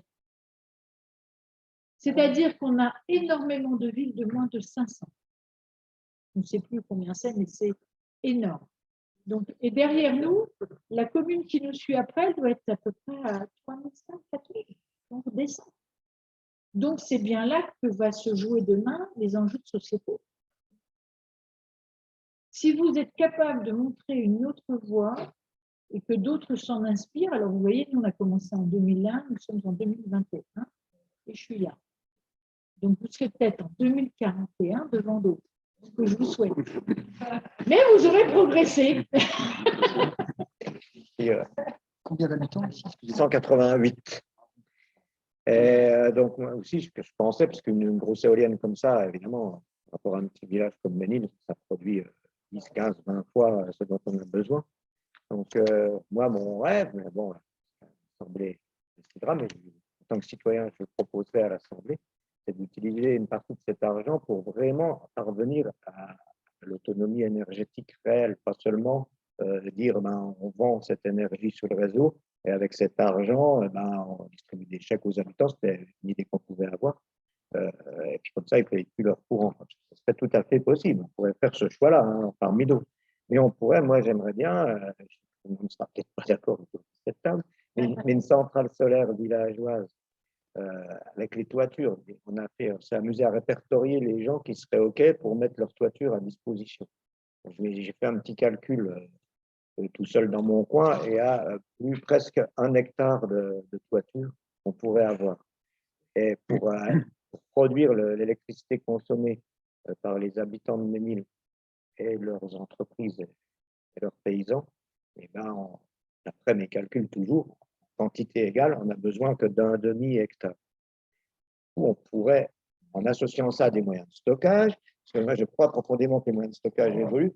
Là, je me suis permis d'adresser un message à une boîte du Sud qui a inventé un nouveau modèle de stockage avec l'eau chaude et l'eau froide, sans passer par des batteries, et qui disent que c'est révolutionnaire et qui arrivent à redonner 80% de courant stocké dans la journée par les panneaux solaires. Donc, il faudrait adresser une demande pour voir ce qu'il faut faire sur une commune. Donc, il y a plein d'idées qu'on pourrait faire pour vraiment devenir le plus autonome possible, parce que, comme le dit Catherine, le prix de l'énergie flambe, on ne sait pas vers quelle société on va. Il faut qu'on arrive à on ne peut pas être autonome sur tout, mais à s'autonomiser au maximum pour être bien chez nous, pour plus avoir peur, quoi, puis que les gens se sentent moins dans la précarité, qu'elle soit énergétique ou financière. Donc, il y a plein d'idées, moi c'est une idée que j'ai, mais il y en a peut-être plein d'autres qui peuvent émerger si on fait ce projet-là, quoi. Je voulais vous demander, parce que vous en avez parlé tout à l'heure, et pourquoi vous disiez que justement la production, elle devait être faite pour des entreprises qui fonctionnent plus le jour et de proximité? Parce que sinon, elle part où cette électricité? Elle est perdue. Alors, en fait, sur le solaire, tout dépend comment vous injectez. Si vous injectez sur le réseau, ou si vous l'autoconsommez. Nous, notre idée sur le site qui est donc à la Cité du Nord, un site en hauteur, à la Cité du Nord, des cheminots. C'est un quartier qui est assez sympa, mais qui est vieillissant. Il y a encore des bains-douches. Ça ne fonctionne pas. Ça existe encore. Et alors là, c'est des vrais passoires. Et on a là-dedans une école, une salle des fêtes. Donc là, on se dit, il faut qu'on assure. Et ça consomme énormément et c'est suffisant pour nous. Donc du coup, là, ça vaut le coup d'aller faire une grande halle parce qu'on garderait quand même la surface au sol pour développer des activités protégées à côté de cette école, de cette salle des fêtes. Vous voyez, on peut imaginer de faire des choses en dessous, tout en consommant pour notre compte collectivement sur ce quartier-là. Après les 5 hectares, on ne sera pas sur l'autoconsommation, on va être vraiment sur la production d'énergie. Là, on va réinjecter sur l'ensemble. On va pas être. Donc là, on ne sera pas. Notre méthode de calcul n'est pas la même. Mais chez vous, dans les environs. Oui, là, on va réinjecter dans Montdidier. Mais si vous voulez, on n'est pas sur le même modèle. Il y a un modèle où on se dit on va le consommer pour notre propre compte dans un quartier qui est un peu excentré. Il y a une âme dans ce quartier-là, il y a quelque chose là. On veut leur faire un truc sympa, un peu le lieu de convivialité qui s'étend. C'est-à-dire, je suis à l'école, j'ai besoin de faire un peu d'activité sportive. C'est le géant très haut. Je vais donc dans cette salle des fêtes, il fait un temps un peu gris, on est toujours dans un temps un peu gris. Je peux utiliser la surface en dessous. Donc, c'est pour ça qu'on a envie de le faire plutôt en autoproduction sur le secteur. C'est-à-dire qu'on se limite aux besoins que de ce secteur-là.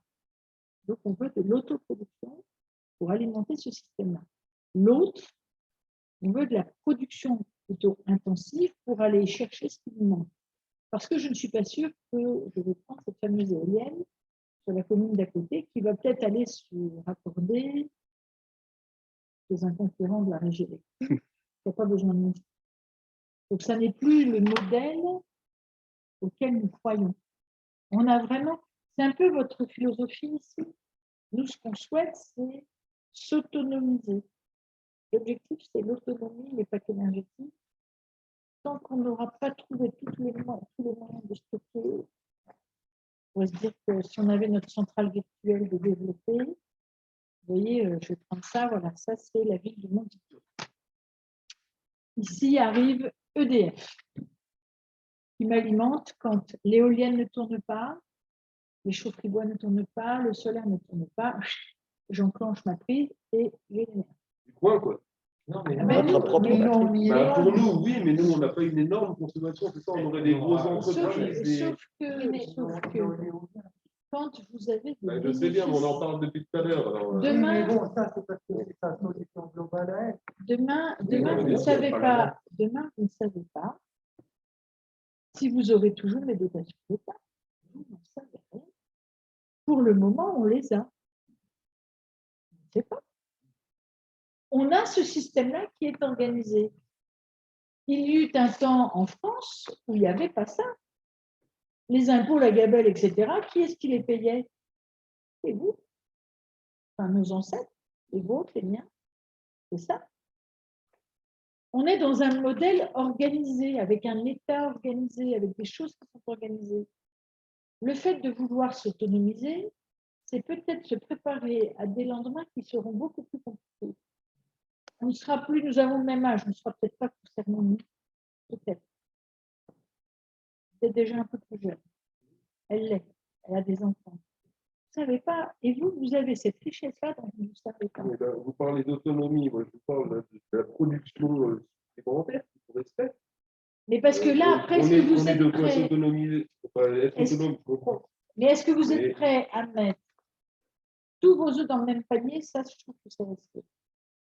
Si vous vous dites, je vais financer les 6 éoliennes, là, pour le coup, je ne sais pas si c'est une exception. Oui, non, mais ça produit bien d'électricité pour le coin. Il faut avoir conscience de… Oui, même si elles ne sont pas à nous. Il y a quand même… Non, mais si tu veux, Flavien, si tu prends les éoliennes en Meuse, on en est à 250, je crois, et la Meuse, pour toute sa consommation, elle en a besoin que de 50. Donc, on en produit largement excédentaire. On n'a pas besoin de toutes ces éoliennes-là, ça c'est clair. Et c'est dommage qu'il n'y en ait pas ailleurs, qu'elles ne soient pas mieux réparties sur le territoire, vu qu'il y a du vent, il y en a partout, du soleil, il y en a partout. L'intérêt de l'énergie renouvelable, c'est d'organiser un maillage. Une fois qu'on a dit ça, on est d'accord. C'est d'ailleurs pour ça qu'on était un peu réticent au conseil municipal pour accepter un nouveau parc éolien, il y en a déjà beaucoup, mais ce qui nous a aguiché, c'est le fait qu'on s'est dit, ben là, on va essayer d'en avoir une à nous. Tu vois, que ce ne soit pas justement les industriels qui sont foutent plein les fouilles, et puis voilà. Et du coup, c'est pour ça qu'on a dit oui, c'était la condition, quoi. Du coup, même cette éolienne-là, elle est bien trop importante pour un village comme le nôtre. Le but, ce n'est pas de capter son énergie, c'est de dire, elle est à nous, et qu'est-ce qu'on fait, ce qu'a expliqué Catherine, pour redistribuer les bénéfices alors, on peut en capter une partie et puis vendre le reste. De toute façon, on vend. Et qu'est-ce qu'on fait? Voilà, qu'est-ce qu'on fait? Mais l'éolienne-là, elle va nous permettre des marges de manœuvre financières, mais elle ne nous rendra pas autonomes en énergie parce que c'est très compliqué de brancher les maisons du village directement sur l'éolienne. Par contre, elle peut nous permettre de financer une microstructure solaire ou autre, ou un réseau de chaleur, ou que sais-je encore, qui celui-là va être dimensionné pour notre village. Pas davantage, tu vois. On ne va pas produire d'énergie pour le village voisin. Et cette dimension-là nous permettra d'être autonome énergétiquement et financièrement, puisqu'elle sera financée par l'éolienne communale. Je ne sais pas si je me fais bien comprendre. Du coup, au final, on aura tout gagné. Même si la totalité du pognon de l'éolienne nous sert à l'investissement sur le parc solaire, nous, on ne payera plus de courant. Donc, voilà, moi, c'est mon rêve. Je ne sais pas si ça va se réaliser ou pas, mais ça serait quand même génial qu'on puisse être autonome d'un point de vue énergétique. Puis vous avez peut-être des gens, enfin, moi je ne connais pas les habitants du village. Vous avez peut-être des gens qui ne le disent pas parce que les gens, pour qui des fois c'est un peu compliqué, ils ne viennent pas toujours vous dire. Ils ne viennent pas toujours vous dire que, bah ouais, on a une maison à étage, mais finalement on essaye de vivre le plus sur le rez-de-chaussée parce qu'on chauffe plus le rez-de-chaussée pour prendre un étage. Vous ne savez pas forcément. Ouais, vous avez parfois des anciens qui n'ont pas des grosses retraites. C'est un couple, monsieur ou madame est décédé, se retrouve tout seul, il y a un peu de reversion, mais pas forcément beaucoup. Et ça, on ne se dit pas toujours autour d'une table comme ça, mais il y en a beaucoup plus que l'on croit. Oui. Les fameux invisibles, ben, ils sont nombreux, plus nombreux que ceux qu'on voit. Je peux te dire qu'il y a plusieurs personnes dans le village. Moi, à la mairie, je reçois des signalements d'EDF pour les gens qui n'arrivent pas à payer leur facture d'électricité. Je les reçois, je les vois. Eh ben, j'en ai. Bien sûr, on a un petit village avec. On dit les gens sont à l'aise, mais pas tous. Je peux te dire qu'il y en a qui, même dans notre patelin, qui en bavent vraiment pour boucler leur fin de mois. Il faut croire.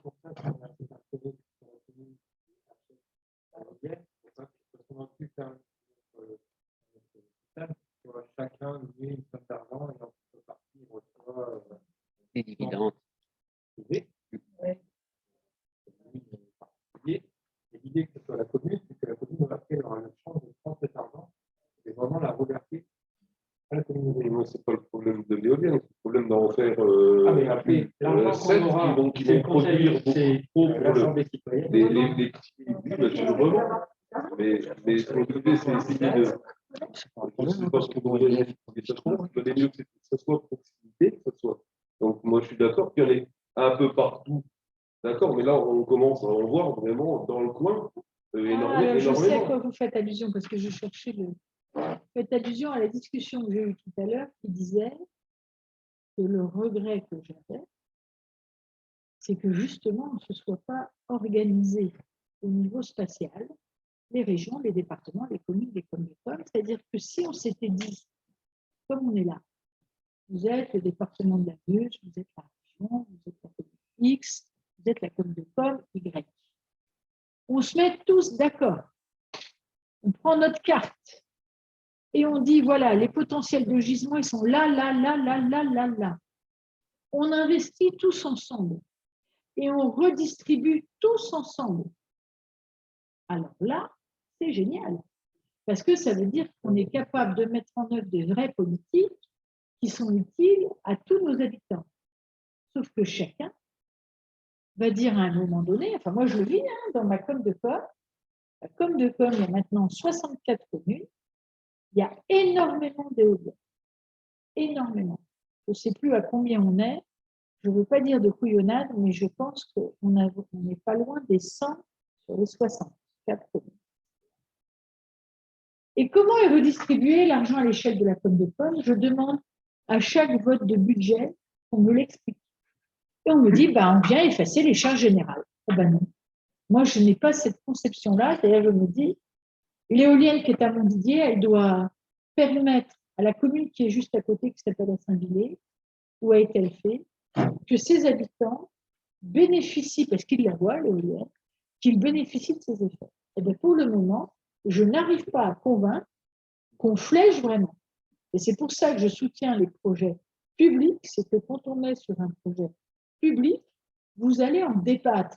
Vous allez vous dire, on y va ou on n'y va pas. Et si on gagne un peu d'argent, comment on fait? Est-ce qu'on se dit qu'on aide tous les habitants, ce que j'évoquais, la cantine, ce qu'il évoque avec sa centrale? Est-ce qu'on se dit on fait ça? Est-ce qu'on se dit on aide à isoler parce que tout le monde ne peut pas investir pour isoler sa maison et qu'elle consomme moins? Parce que l'idée, ce n'est pas que de produire de l'énergie, c'est d'en consommer moins. Comme ça, on aura moins besoin après d'investir. Et ça sera mort. Alors, c'est sûr qu'on ne fait pas pour un petit peu jeune, on va en profiter énormément. Et ça, pour nos enfants, pour la commune, pour que leurs enfants, ils ont fait un bon choix. Parce qu'il faut voir plusieurs choses. Il y a le côté autonomie, indépendance, c'est important parce qu'on ne sait pas ce qu'on a dans nos réserves. Et puis le côté production de richesse et redistribution en termes de services, d'accompagnement aux habitants. Si on regarde tout ça, on se fout de savoir si on consomme trop. Si on consomme trop, on a trop de richesse, mais il faut peut-être en profiter. Maintenant, aussi, d'une certaine façon, on prépare l'avenir parce qu'effectivement, comme on disait, on ne sait pas trop. Il n'y a pas très longtemps, la fameuse DHG, la dotation de l'État, elle était supposée baisser, et si elle baissait, comme une pauvre, plus rien. Et on fait quoi? Il y a un moment où les communes pauvres, ça devient compliqué à vivre. Alors on les aide un peu, l'État, parce que l'État veut bien. Si on ne prend pas la décision de prendre notre avenir en main, et donc après tout, il y a des richesses. Celui qui a les pétroles, tant mieux pour lui, mais si on a du vent, pourquoi est-ce qu'on n'utiliserait pas et pourquoi est-ce que tout le monde, justement, n'en profiterait pas? Il faut avoir une société qui, à la limite, se porte mieux. Parce qu'elle peut avoir des services, parce qu'elle va. Là, au niveau des aides et des. Je ne sais pas de souci, si on a de l'argent redistribué, ça me paraît évident. C'est pour ça que je me dis que la question de surproduire, ce n'est pas un problème. Il faut juste qu'on soit les maîtres du jeu et de notre avenir. Bien sûr, on va aller faire un tour sur la côte. Entre ici et Ligny, les éoliennes, vous les comptez. Oui, c'est bien. Oui, mais c'est pas c'est ça. C'est mon problème. C'est aussi le paysage, ça va être les champs remplis de panneaux photovoltaïques. Oui, d'accord, mais vous savez, le paysage. Alors, aller dans le nord. Si chacun prend un petit peu, si chaque commune faisait un petit peu, et puis couvrait ses toits, et puis ça éviterait qu'il y ait des zones comme ça, avec des concentrations d'éoliennes et de. D'accord, le paysage, aller dans le nord avec les terrils, aller dans le nord avec les terrils, aller dans certaines vallées qui sont encombrées de voies ferrées, de lignes électriques, etc., de canaux. En termes de paysage, on ne se pose pas la question.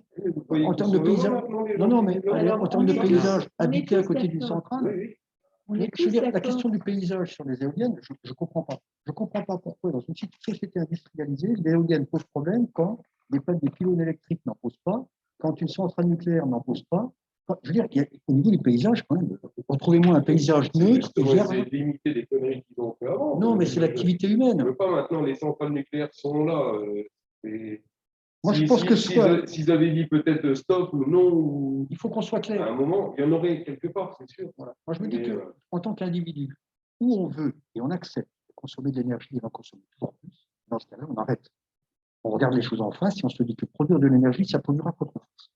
Donc, dans ce cas-là, choisissons quelque chose qui nous paraisse le plus vertueux, qui redistribue le mieux, qui consomme peut-être un peu moins ou un peu moins, consommer moins.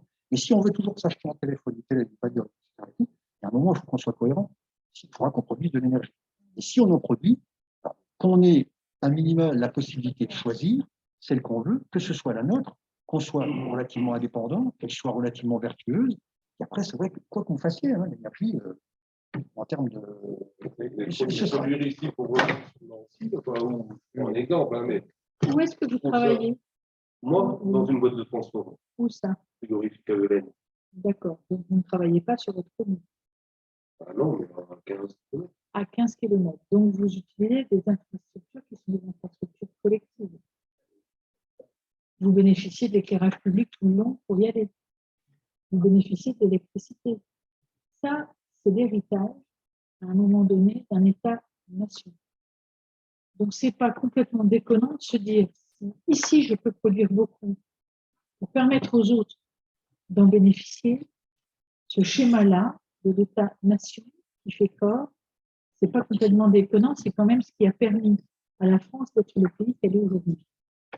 Après, sur l'enjeu de l'éolien, les éoliennes, si elles ont l'accord de développement pour être ici, vous les aurez. Donc, c'est soit vous vous dites, je vis ici. Elles vont être là. Je m'empare du sujet avec mes voisins. On essaye d'en faire quelque chose dans l'intérêt des gens qui vivent ici aussi. Soit je ne le fais pas. C'est votre droit. Vous avez le droit de vous dire, ça ne m'intéresse pas, je prends les 15 000, et puis c'est tout. Vous avez le droit, bien sûr. Tout comme vous avez le droit de prendre l'autoroute, tout comme vous avez le droit d'avoir une voiture, tout comme vous avez le droit, vous avez ce droit-là.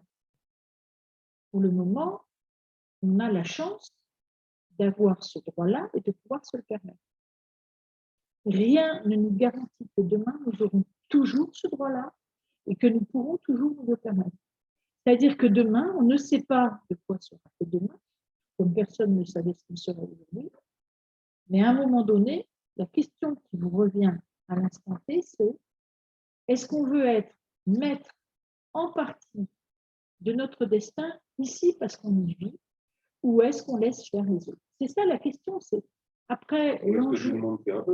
Ce que tout le monde fait un peu, mais après, moi je vous dis, on a eu ce choix-là qui s'est posé à nous en 2001, on est en 2021, quand on va aider les gens, quand on voit qu'on a pu améliorer un peu l'habitat, et on n'est pas encore parfait.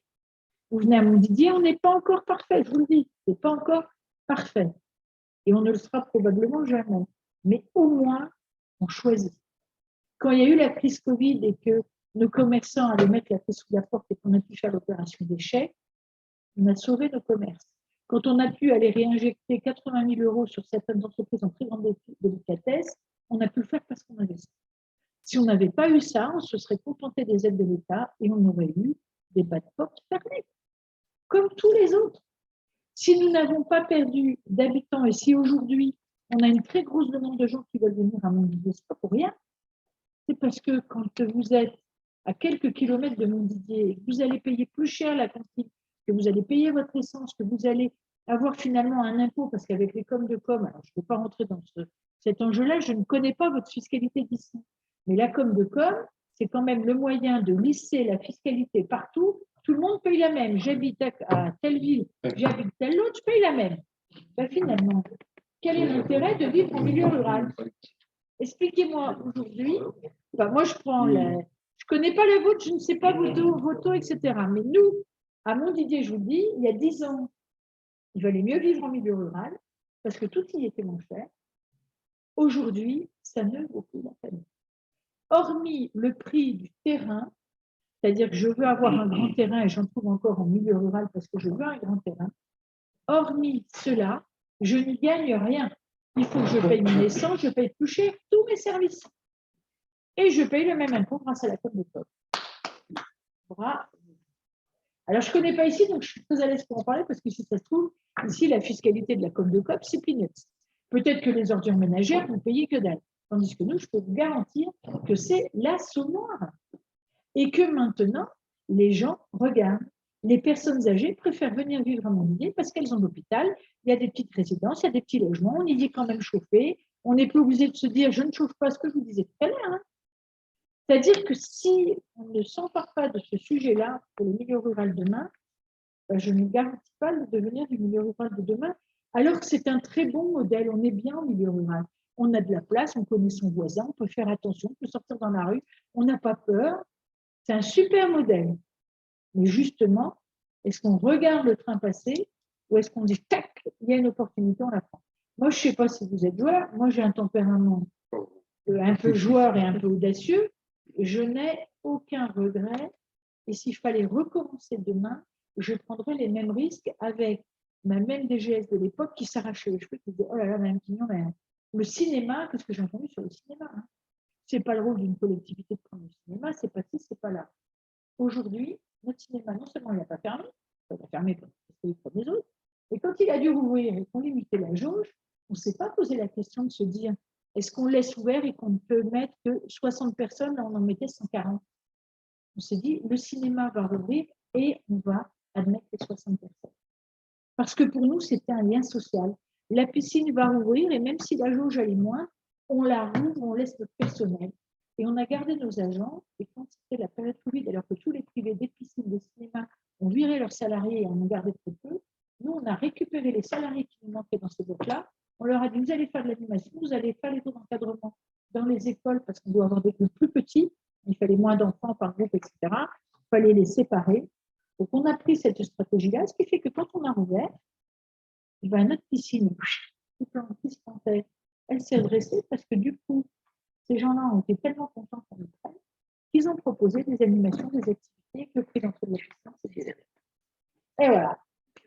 Après, je ne dis pas qu'on a raison sur tout, mais quand même, ça a marché un peu. Mais bon, après, vous avez... Ça n'aurait pas fonctionné, on n'aurait pas peut-être le même emprunt, c'est ça.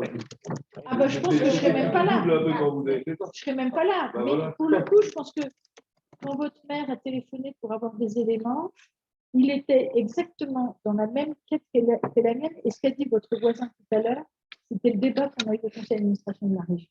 C'était, finalement, si le projet se développe et que ce n'est pas nous, on n'aura que quelques fruits. Et si nous, on le fait pour la commune et que ce n'est pas les citoyens, parce qu'à cette époque-là, on s'interrogeait, mais honnêtement, les schémas n'étaient pas mûrs. Moi, ce qui me gênait, c'était de me dire que c'est une régie municipale d'électricité qui est portée par la commune. Demain, elle se plante, c'est la commune qui devra l'assumer. Et donc, je me disais, si des gens qui peuvent acheter le ticket d'entrée pour être dans le système citoyen, ça exclut les autres, ça me gênait. Donc, c'est pour ça qu'on a fait un projet public. Donc, le projet citoyen, il a sa place aussi, parce que c'est toujours mieux quand des gens s'investissent. Mais quand le public peut le faire aussi, c'est bien. Et ça ne s'oppose pas. On pourrait très bien imaginer un mixte. Hein. Justement, ce midi, j'ai mangé avec Jean-Claude, notre ancien maire, et qui n'est pas là ce soir, mais qui m'a dit, moi, ce que je regrette si on se lance dans l'éolienne communale, c'est qu'il n'y ait pas une part qui permette un investissement des habitants qui ont des sous et qui dit, je sais bien que toi, c'est plus le collectif que l'individuel, mais bon, il y a peut-être des gens qui seraient intéressés à ça, qui pourraient mettre 1 000 euros, 2 000 euros, 5 000 euros. Est-ce qu'il n'y a pas moyen de faire un mix, justement, sur notre éolienne? Je dis, déjà, il y a moyen peut-être sur le reste du parc, puisque WPD envisage de lancer, pas tout emprunter forcément aux banques, et de demander s'il n'y a pas des gens qui veulent mettre des sous au départ. Mais sur notre éolienne communale, qu'est-ce que tu en penses, Catherine? Est-ce que c'est un truc qui est faisable de dire la commune achète et permet aux citoyens d'abonder la régie? Je ne sais pas comment ça pourrait fonctionner. Vous avez Alors, pas pensé? sincèrement, là, vu la commune, je me dirais sur 6, une 100% publique, franchement, pour avoir la possibilité d'impulser les politiques que vous avez envie d'impulser. Vous avez un beau modèle. Et je proposerai un modèle citoyen, si on peut en financer une autre en citoyen, de dire après tout, et pas forcément que les citoyens du village, peut-être ceux aussi des villages d'à côté, de dire est-ce que ça vous intéresse, vous qui êtes à côté d'entrer au capital, pour peut-être en faire une en parallèle. Mais si vous pouvez vous en faire une publique pure, c'est bien. Après, si vous avez des citoyens qui se disent, après tout, on va les avoir, j'ai un peu de capital, ou alors c'est des fois acheter des parts pour les transmettre à d'autres. J'achète les parts pour mon fils, pour mon petit-fils. Mais ça, c'est vos débats. Vous en êtes où là, ici, à la mairie de la Europe? Alors, excusez-moi, dans le projet, c'est-à-dire que là, on vous a fait une proposition d'installer quoi, 6 éoliennes? 6 éoliennes. Vous avez décidé d'en acheter une. Oui. Donc, de créer une régie, etc. Et tout. Non, on ne peut pas décider. On va le décider. Vous vous posez la question d'en acheter une. Ça vous coûte Quelle est la combien? tendance? 4 millions.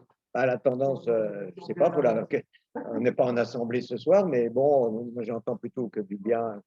Oui, il y a quelques oppositions, on verra. De toute façon, tous les habitants du village, moi, je veux que même ceux qui ne viennent pas à l'assemblée puissent donner leur avis sur un sujet aussi important à un moment ou à un autre. Donc on en est que le projet est dans sa phase. Les études sont terminées, les études de vent, les études agrophonistiques sont terminées. Donc là, on rentre dans la phase administrative, montage du dossier et présentation du dossier aux autorités, la préfecture et tout ça. Et donc, c'est à ce moment-là qu'on nous dit à nous, si vous voulez votre éolienne communale, il faut rentrer maintenant et participer aux frais généraux, puisque c'est un parc. Donc, c'est un parc qui sera accordé par la préfecture. Ce n'est pas une éolienne et 5 autres, c'est un parc. Donc, si on veut rentrer dans ce projet-là, il faut que dès maintenant, on mette des sous pour le montage des dossiers administratifs. Parce que pour l'instant, ce n'est pas cher. Si on attend, le prix du parc va monter. Si on attend, après l'autorisation du préfet, si on veut racheter une éolienne, elle vaudra 10 fois, le parc vaudra 10 fois ce qu'on va payer aujourd'hui. Par contre, si on rentre dedans aujourd'hui, il faut qu'on mette, je ne sais pas, 60 000, 100 000 euros dans les frais pour accompagner la société qui fait ces 5 autres éoliennes. On risque de les perdre. C'est un risque parce que ces sous-là, si le préfet, in fine, dit non, votre parc, il n'est pas bon, je ne le prends pas, bah, on aura perdu ce pognon-là. La société WPD, elle, ils s'en foutent, enfin, ils s'en foutent pas, mais comme ils développent 100 ou 200 parcs en France, ils peuvent se permettre d'en perdre quelques-uns. Nous, c'est plus emmerdant. Mais d'un autre côté, ce n'est pas un gros risque par rapport au rapport que ça peut avoir.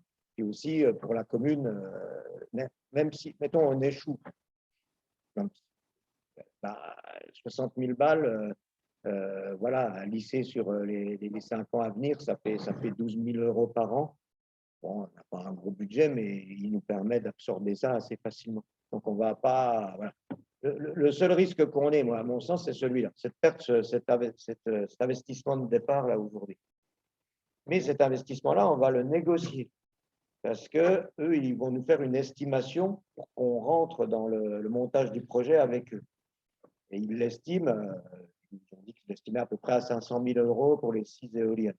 Sauf que ceux qui méconnaissent, c'est que nous, si on rentre dans leur projet, on est une commune. Et donc, on fait monter les chances d'aboutir du projet. Parce que le préfet regarde toujours d'un meilleur œil un projet où il y a du public dedans. Et donc, on fait baisser leurs risques. Du coup, cette baisse de risque, nous, on va la monnayer et on va leur demander d'investir moins. Mais il faudra quand même qu'on donne des sous. Voilà où on en est aujourd'hui. Mais bon, la décision du préfet va aboutir dans 3-4 ans, pas avant. Et c'est aussi la crainte. Donc, la question que j'ai à poser à Catherine, c'est celle-là. Claude Raoult n'est pas là ce soir, mais il a émis une très, très bonne objection. Il a dit aujourd'hui, quand on fait nos calculs, on a des taux d'intérêt très bas, on a des prix des matières premières qui montent, mais qui sont encore raisonnables. Et on voit bien que dès la première année, même avec un emprunt total de 4 millions, on va quand même gagner des sous dès le début. Imaginons que dans 4 ans, le projet dure 4 ans, les taux d'intérêt soient plus à 0,5 mais à 10. Imaginons que le prix des matières premières est doublé ou triplé ou quadruplé. Et que là, on s'aperçoit qu'on prend un risque pour la commune. Est-ce qu'il a encore temps de faire machine arrière et de dire non, finalement, l'éolienne, on ne la veut plus? J'ai posé la question à Catherine, qui m'a répondu. Alors, tant qu'on n'a pas signé l'acte d'achat, on n'est pas obligé d'acheter. Il faut faire attention quand vous signez l'acte d'engagement, vous engagez sur les études. Il faut bien lire les petites phrases, les petits points, etc. pour ne pas être engagé au-delà. Et il faut bien dissocier les deux. Ce qu'il faut, à mon sens, c'est qu'il y ait par contre une priorité sur la volonté d'achat. C'est-à-dire que vous confirmez votre choix. À un moment donné, le développeur ne doit pas dire écoutez, finalement, le projet est beaucoup plus intéressant que ce qu'on pensait. On a eu les accords, donc on ne vous le prend pas. Vous voyez, il faut qu'il y ait un engagement réciproque de se dire le risque, il est porté, il est partagé, on l'assume collectivement jusqu'à la fin de l'étude. Si on recueille un avis favorable, in fine, il faut que la commune puisse confirmer son engagement d'achat de son éolienne au prix qui était consenti à l'époque, actualisé un peu. Qu'est-ce qui peut changer dans l'actualisation? C'est le prix de la matière première. Actuellement, la matière première flambe. Les taux d'intérêt sont bas. Mais est-ce que ça va être toujours à cette hauteur? On n'en sait rien. On ne sait pas.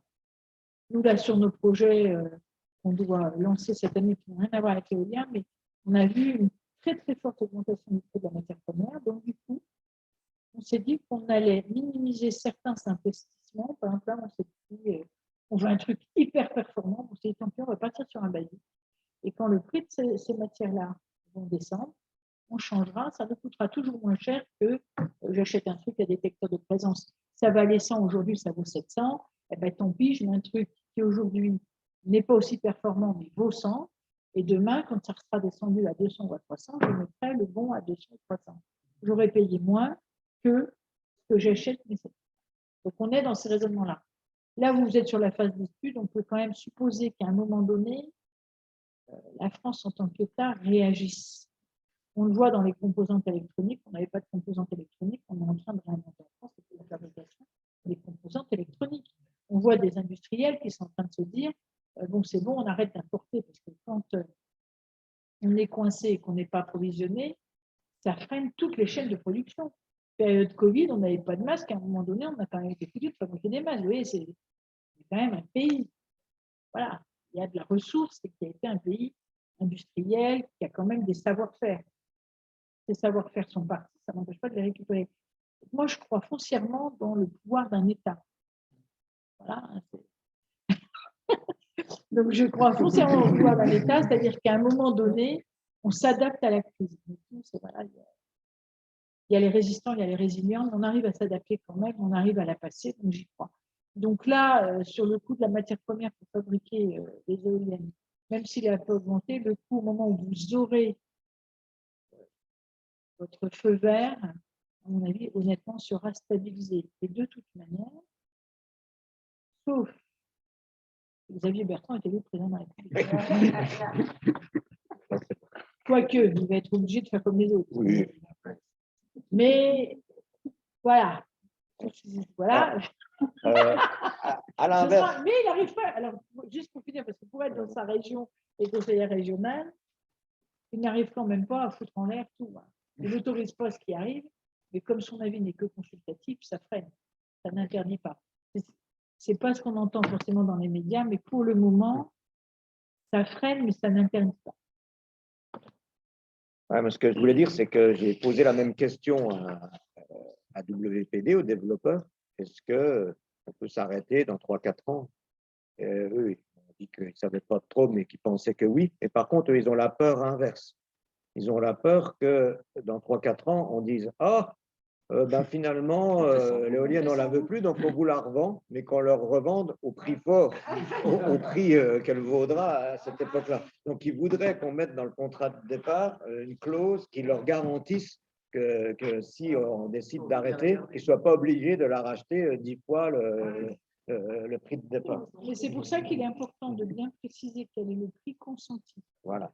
Parce qu'ils ne pourront pas vous la survaloriser. Donc, il n'y a pas de marché de luxe. Nous, quand on a voulu faire le projet public, c'était avec eux, c'était avec le Global Power.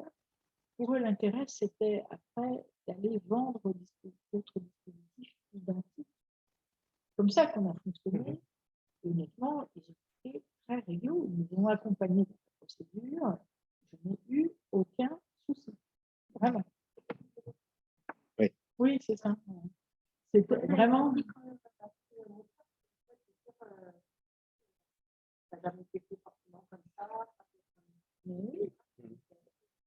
Mais honnêtement, c'est. Depuis 2 ans, moi, que je bosse dans le milieu-là, alors on a fait assez peu d'éolien, beaucoup de projets photovoltaïques citoyens, mais c'est vrai qu'il y a quand monsieur le maire m'a contacté et qui m'a dit « Oh, mais ils sont ouverts, c'est vrai ?» Je lui ai dit « Oui, c'est ce qu'il faut dire en façade, on verra bien quand il faudra signer les documents. » Et c'est vrai que la première fois que je les ai vus, ils étaient dans les développeurs pour l'instant que j'ai vu les plus ouverts, même si je ne les ai pas tous vus, et que chaque projet a sa spécificité. Un projet qui a aussi avancé ça, il y avait un accord à l'origine. Et moi, c'est ça le plus dur, c'est de convaincre les collectivités, de leur dire, de négocier dès le début. Si c'est au moment du permis de construire, ils n'ont aucun intérêt à vous la donner, l'éolienne. Si vous ne l'avez pas négocié au début, ils ont fait sans vous, ils n'ont pas besoin de vous à la fin. Là, ça a été bien fixé au début, les règles, et donc maintenant, il faut avancer en fixant bien chaque règle. C'est ça, je pense qu'il faut être vigilant sur le contenu du cahier des charges, ça c'est clair. Après, pour eux, le jour où vous la faites, c'est quand même bingo aussi. Parce que ça leur ferait les 2 projets publics de France dans une taille comme la nôtre, commune, on va dire intermédiaire, et en milieu rural, ça serait les premiers.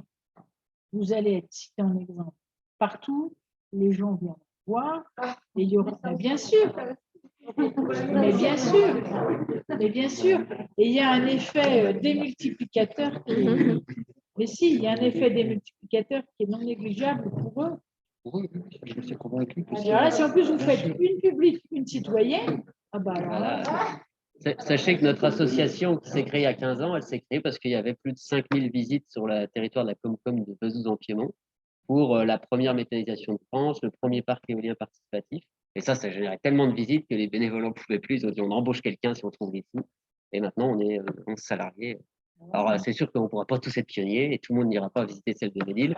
Mais en tout cas, voilà, nous, à l'origine, c'est comme ça. Et on était encore 5 salariés il y a 2 ans. Et maintenant, on est 11 sur la transition énergétique.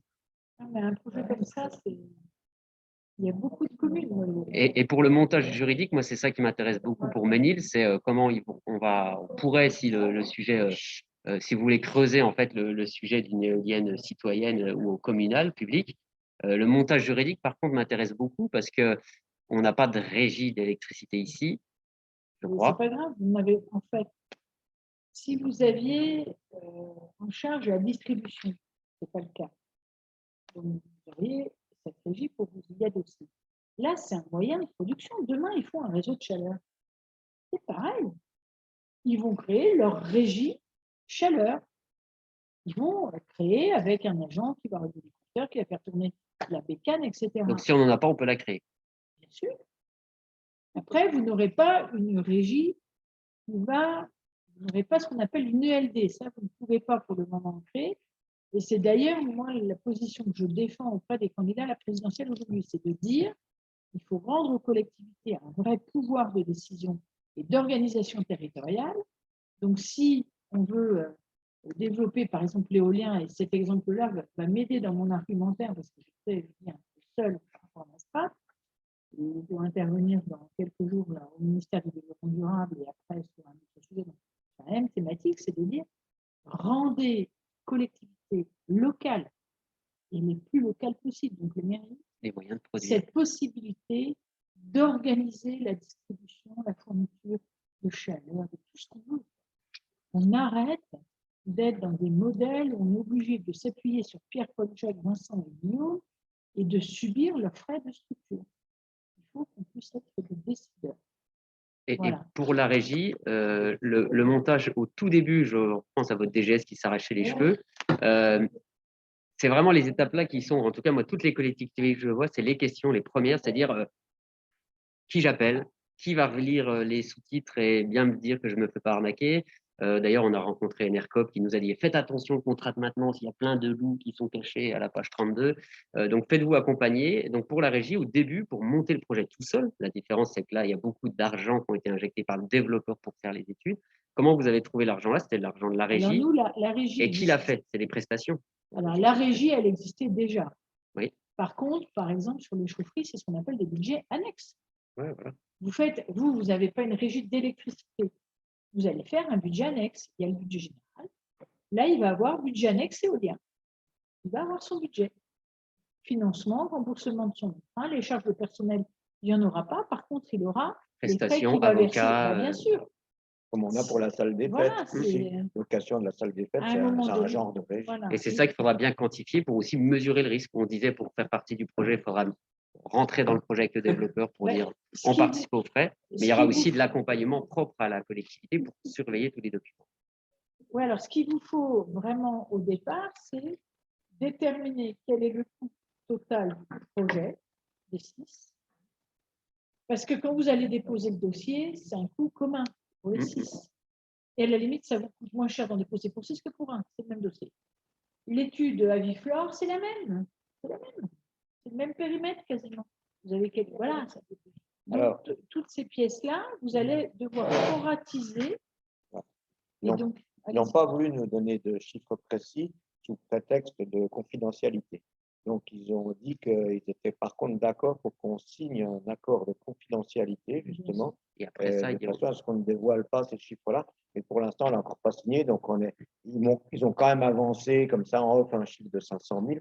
Je pense que ça va être assez proche de la réalité. Mais voilà, pour l'instant, on ne peut pas. Voilà, je vais m'empresser de le signer, cet accord. Et puis voilà, on partira sur des choses plus sérieuses. Et si vous êtes sur un projet citoyen, ça sera la même chose. Oui. C'est le même coût.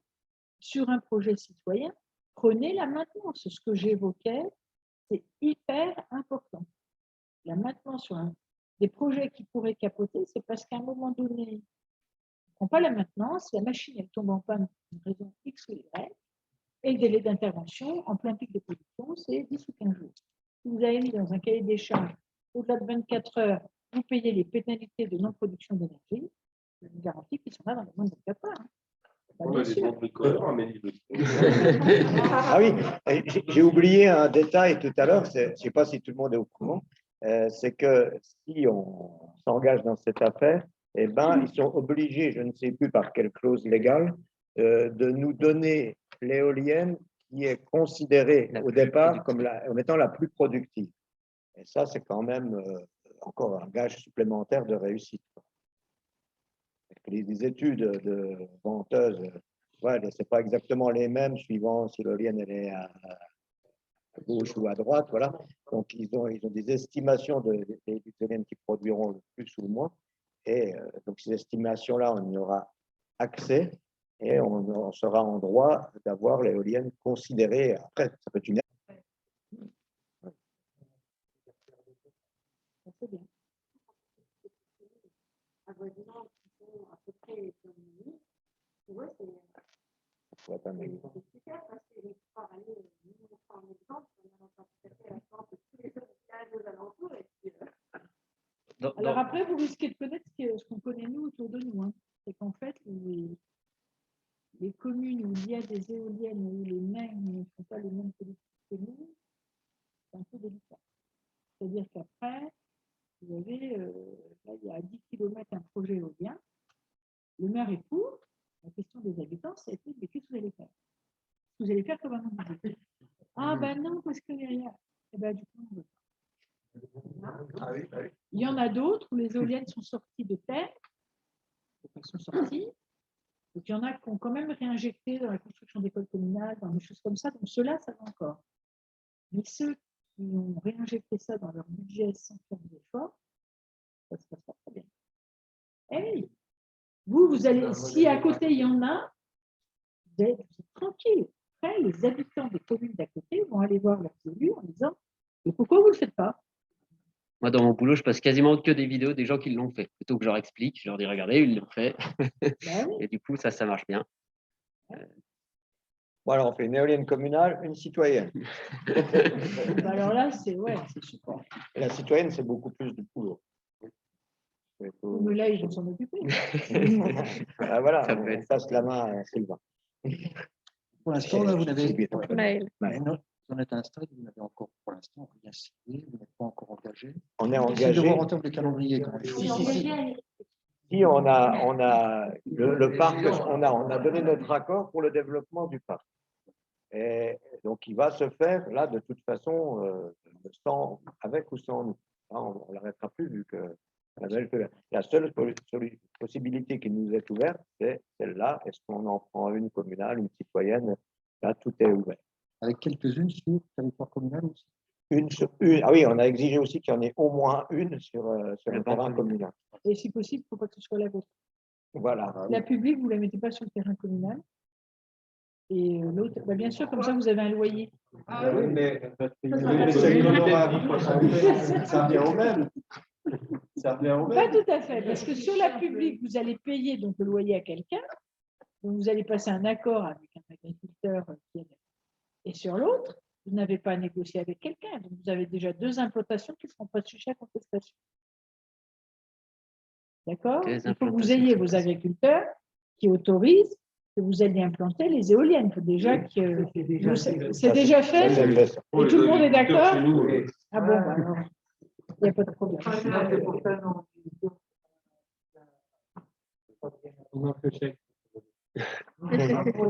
Et le montage juridique. Mais là, on commence à voir les briques. Alors, moi, j'ai quand même quelque chose à dire ce soir.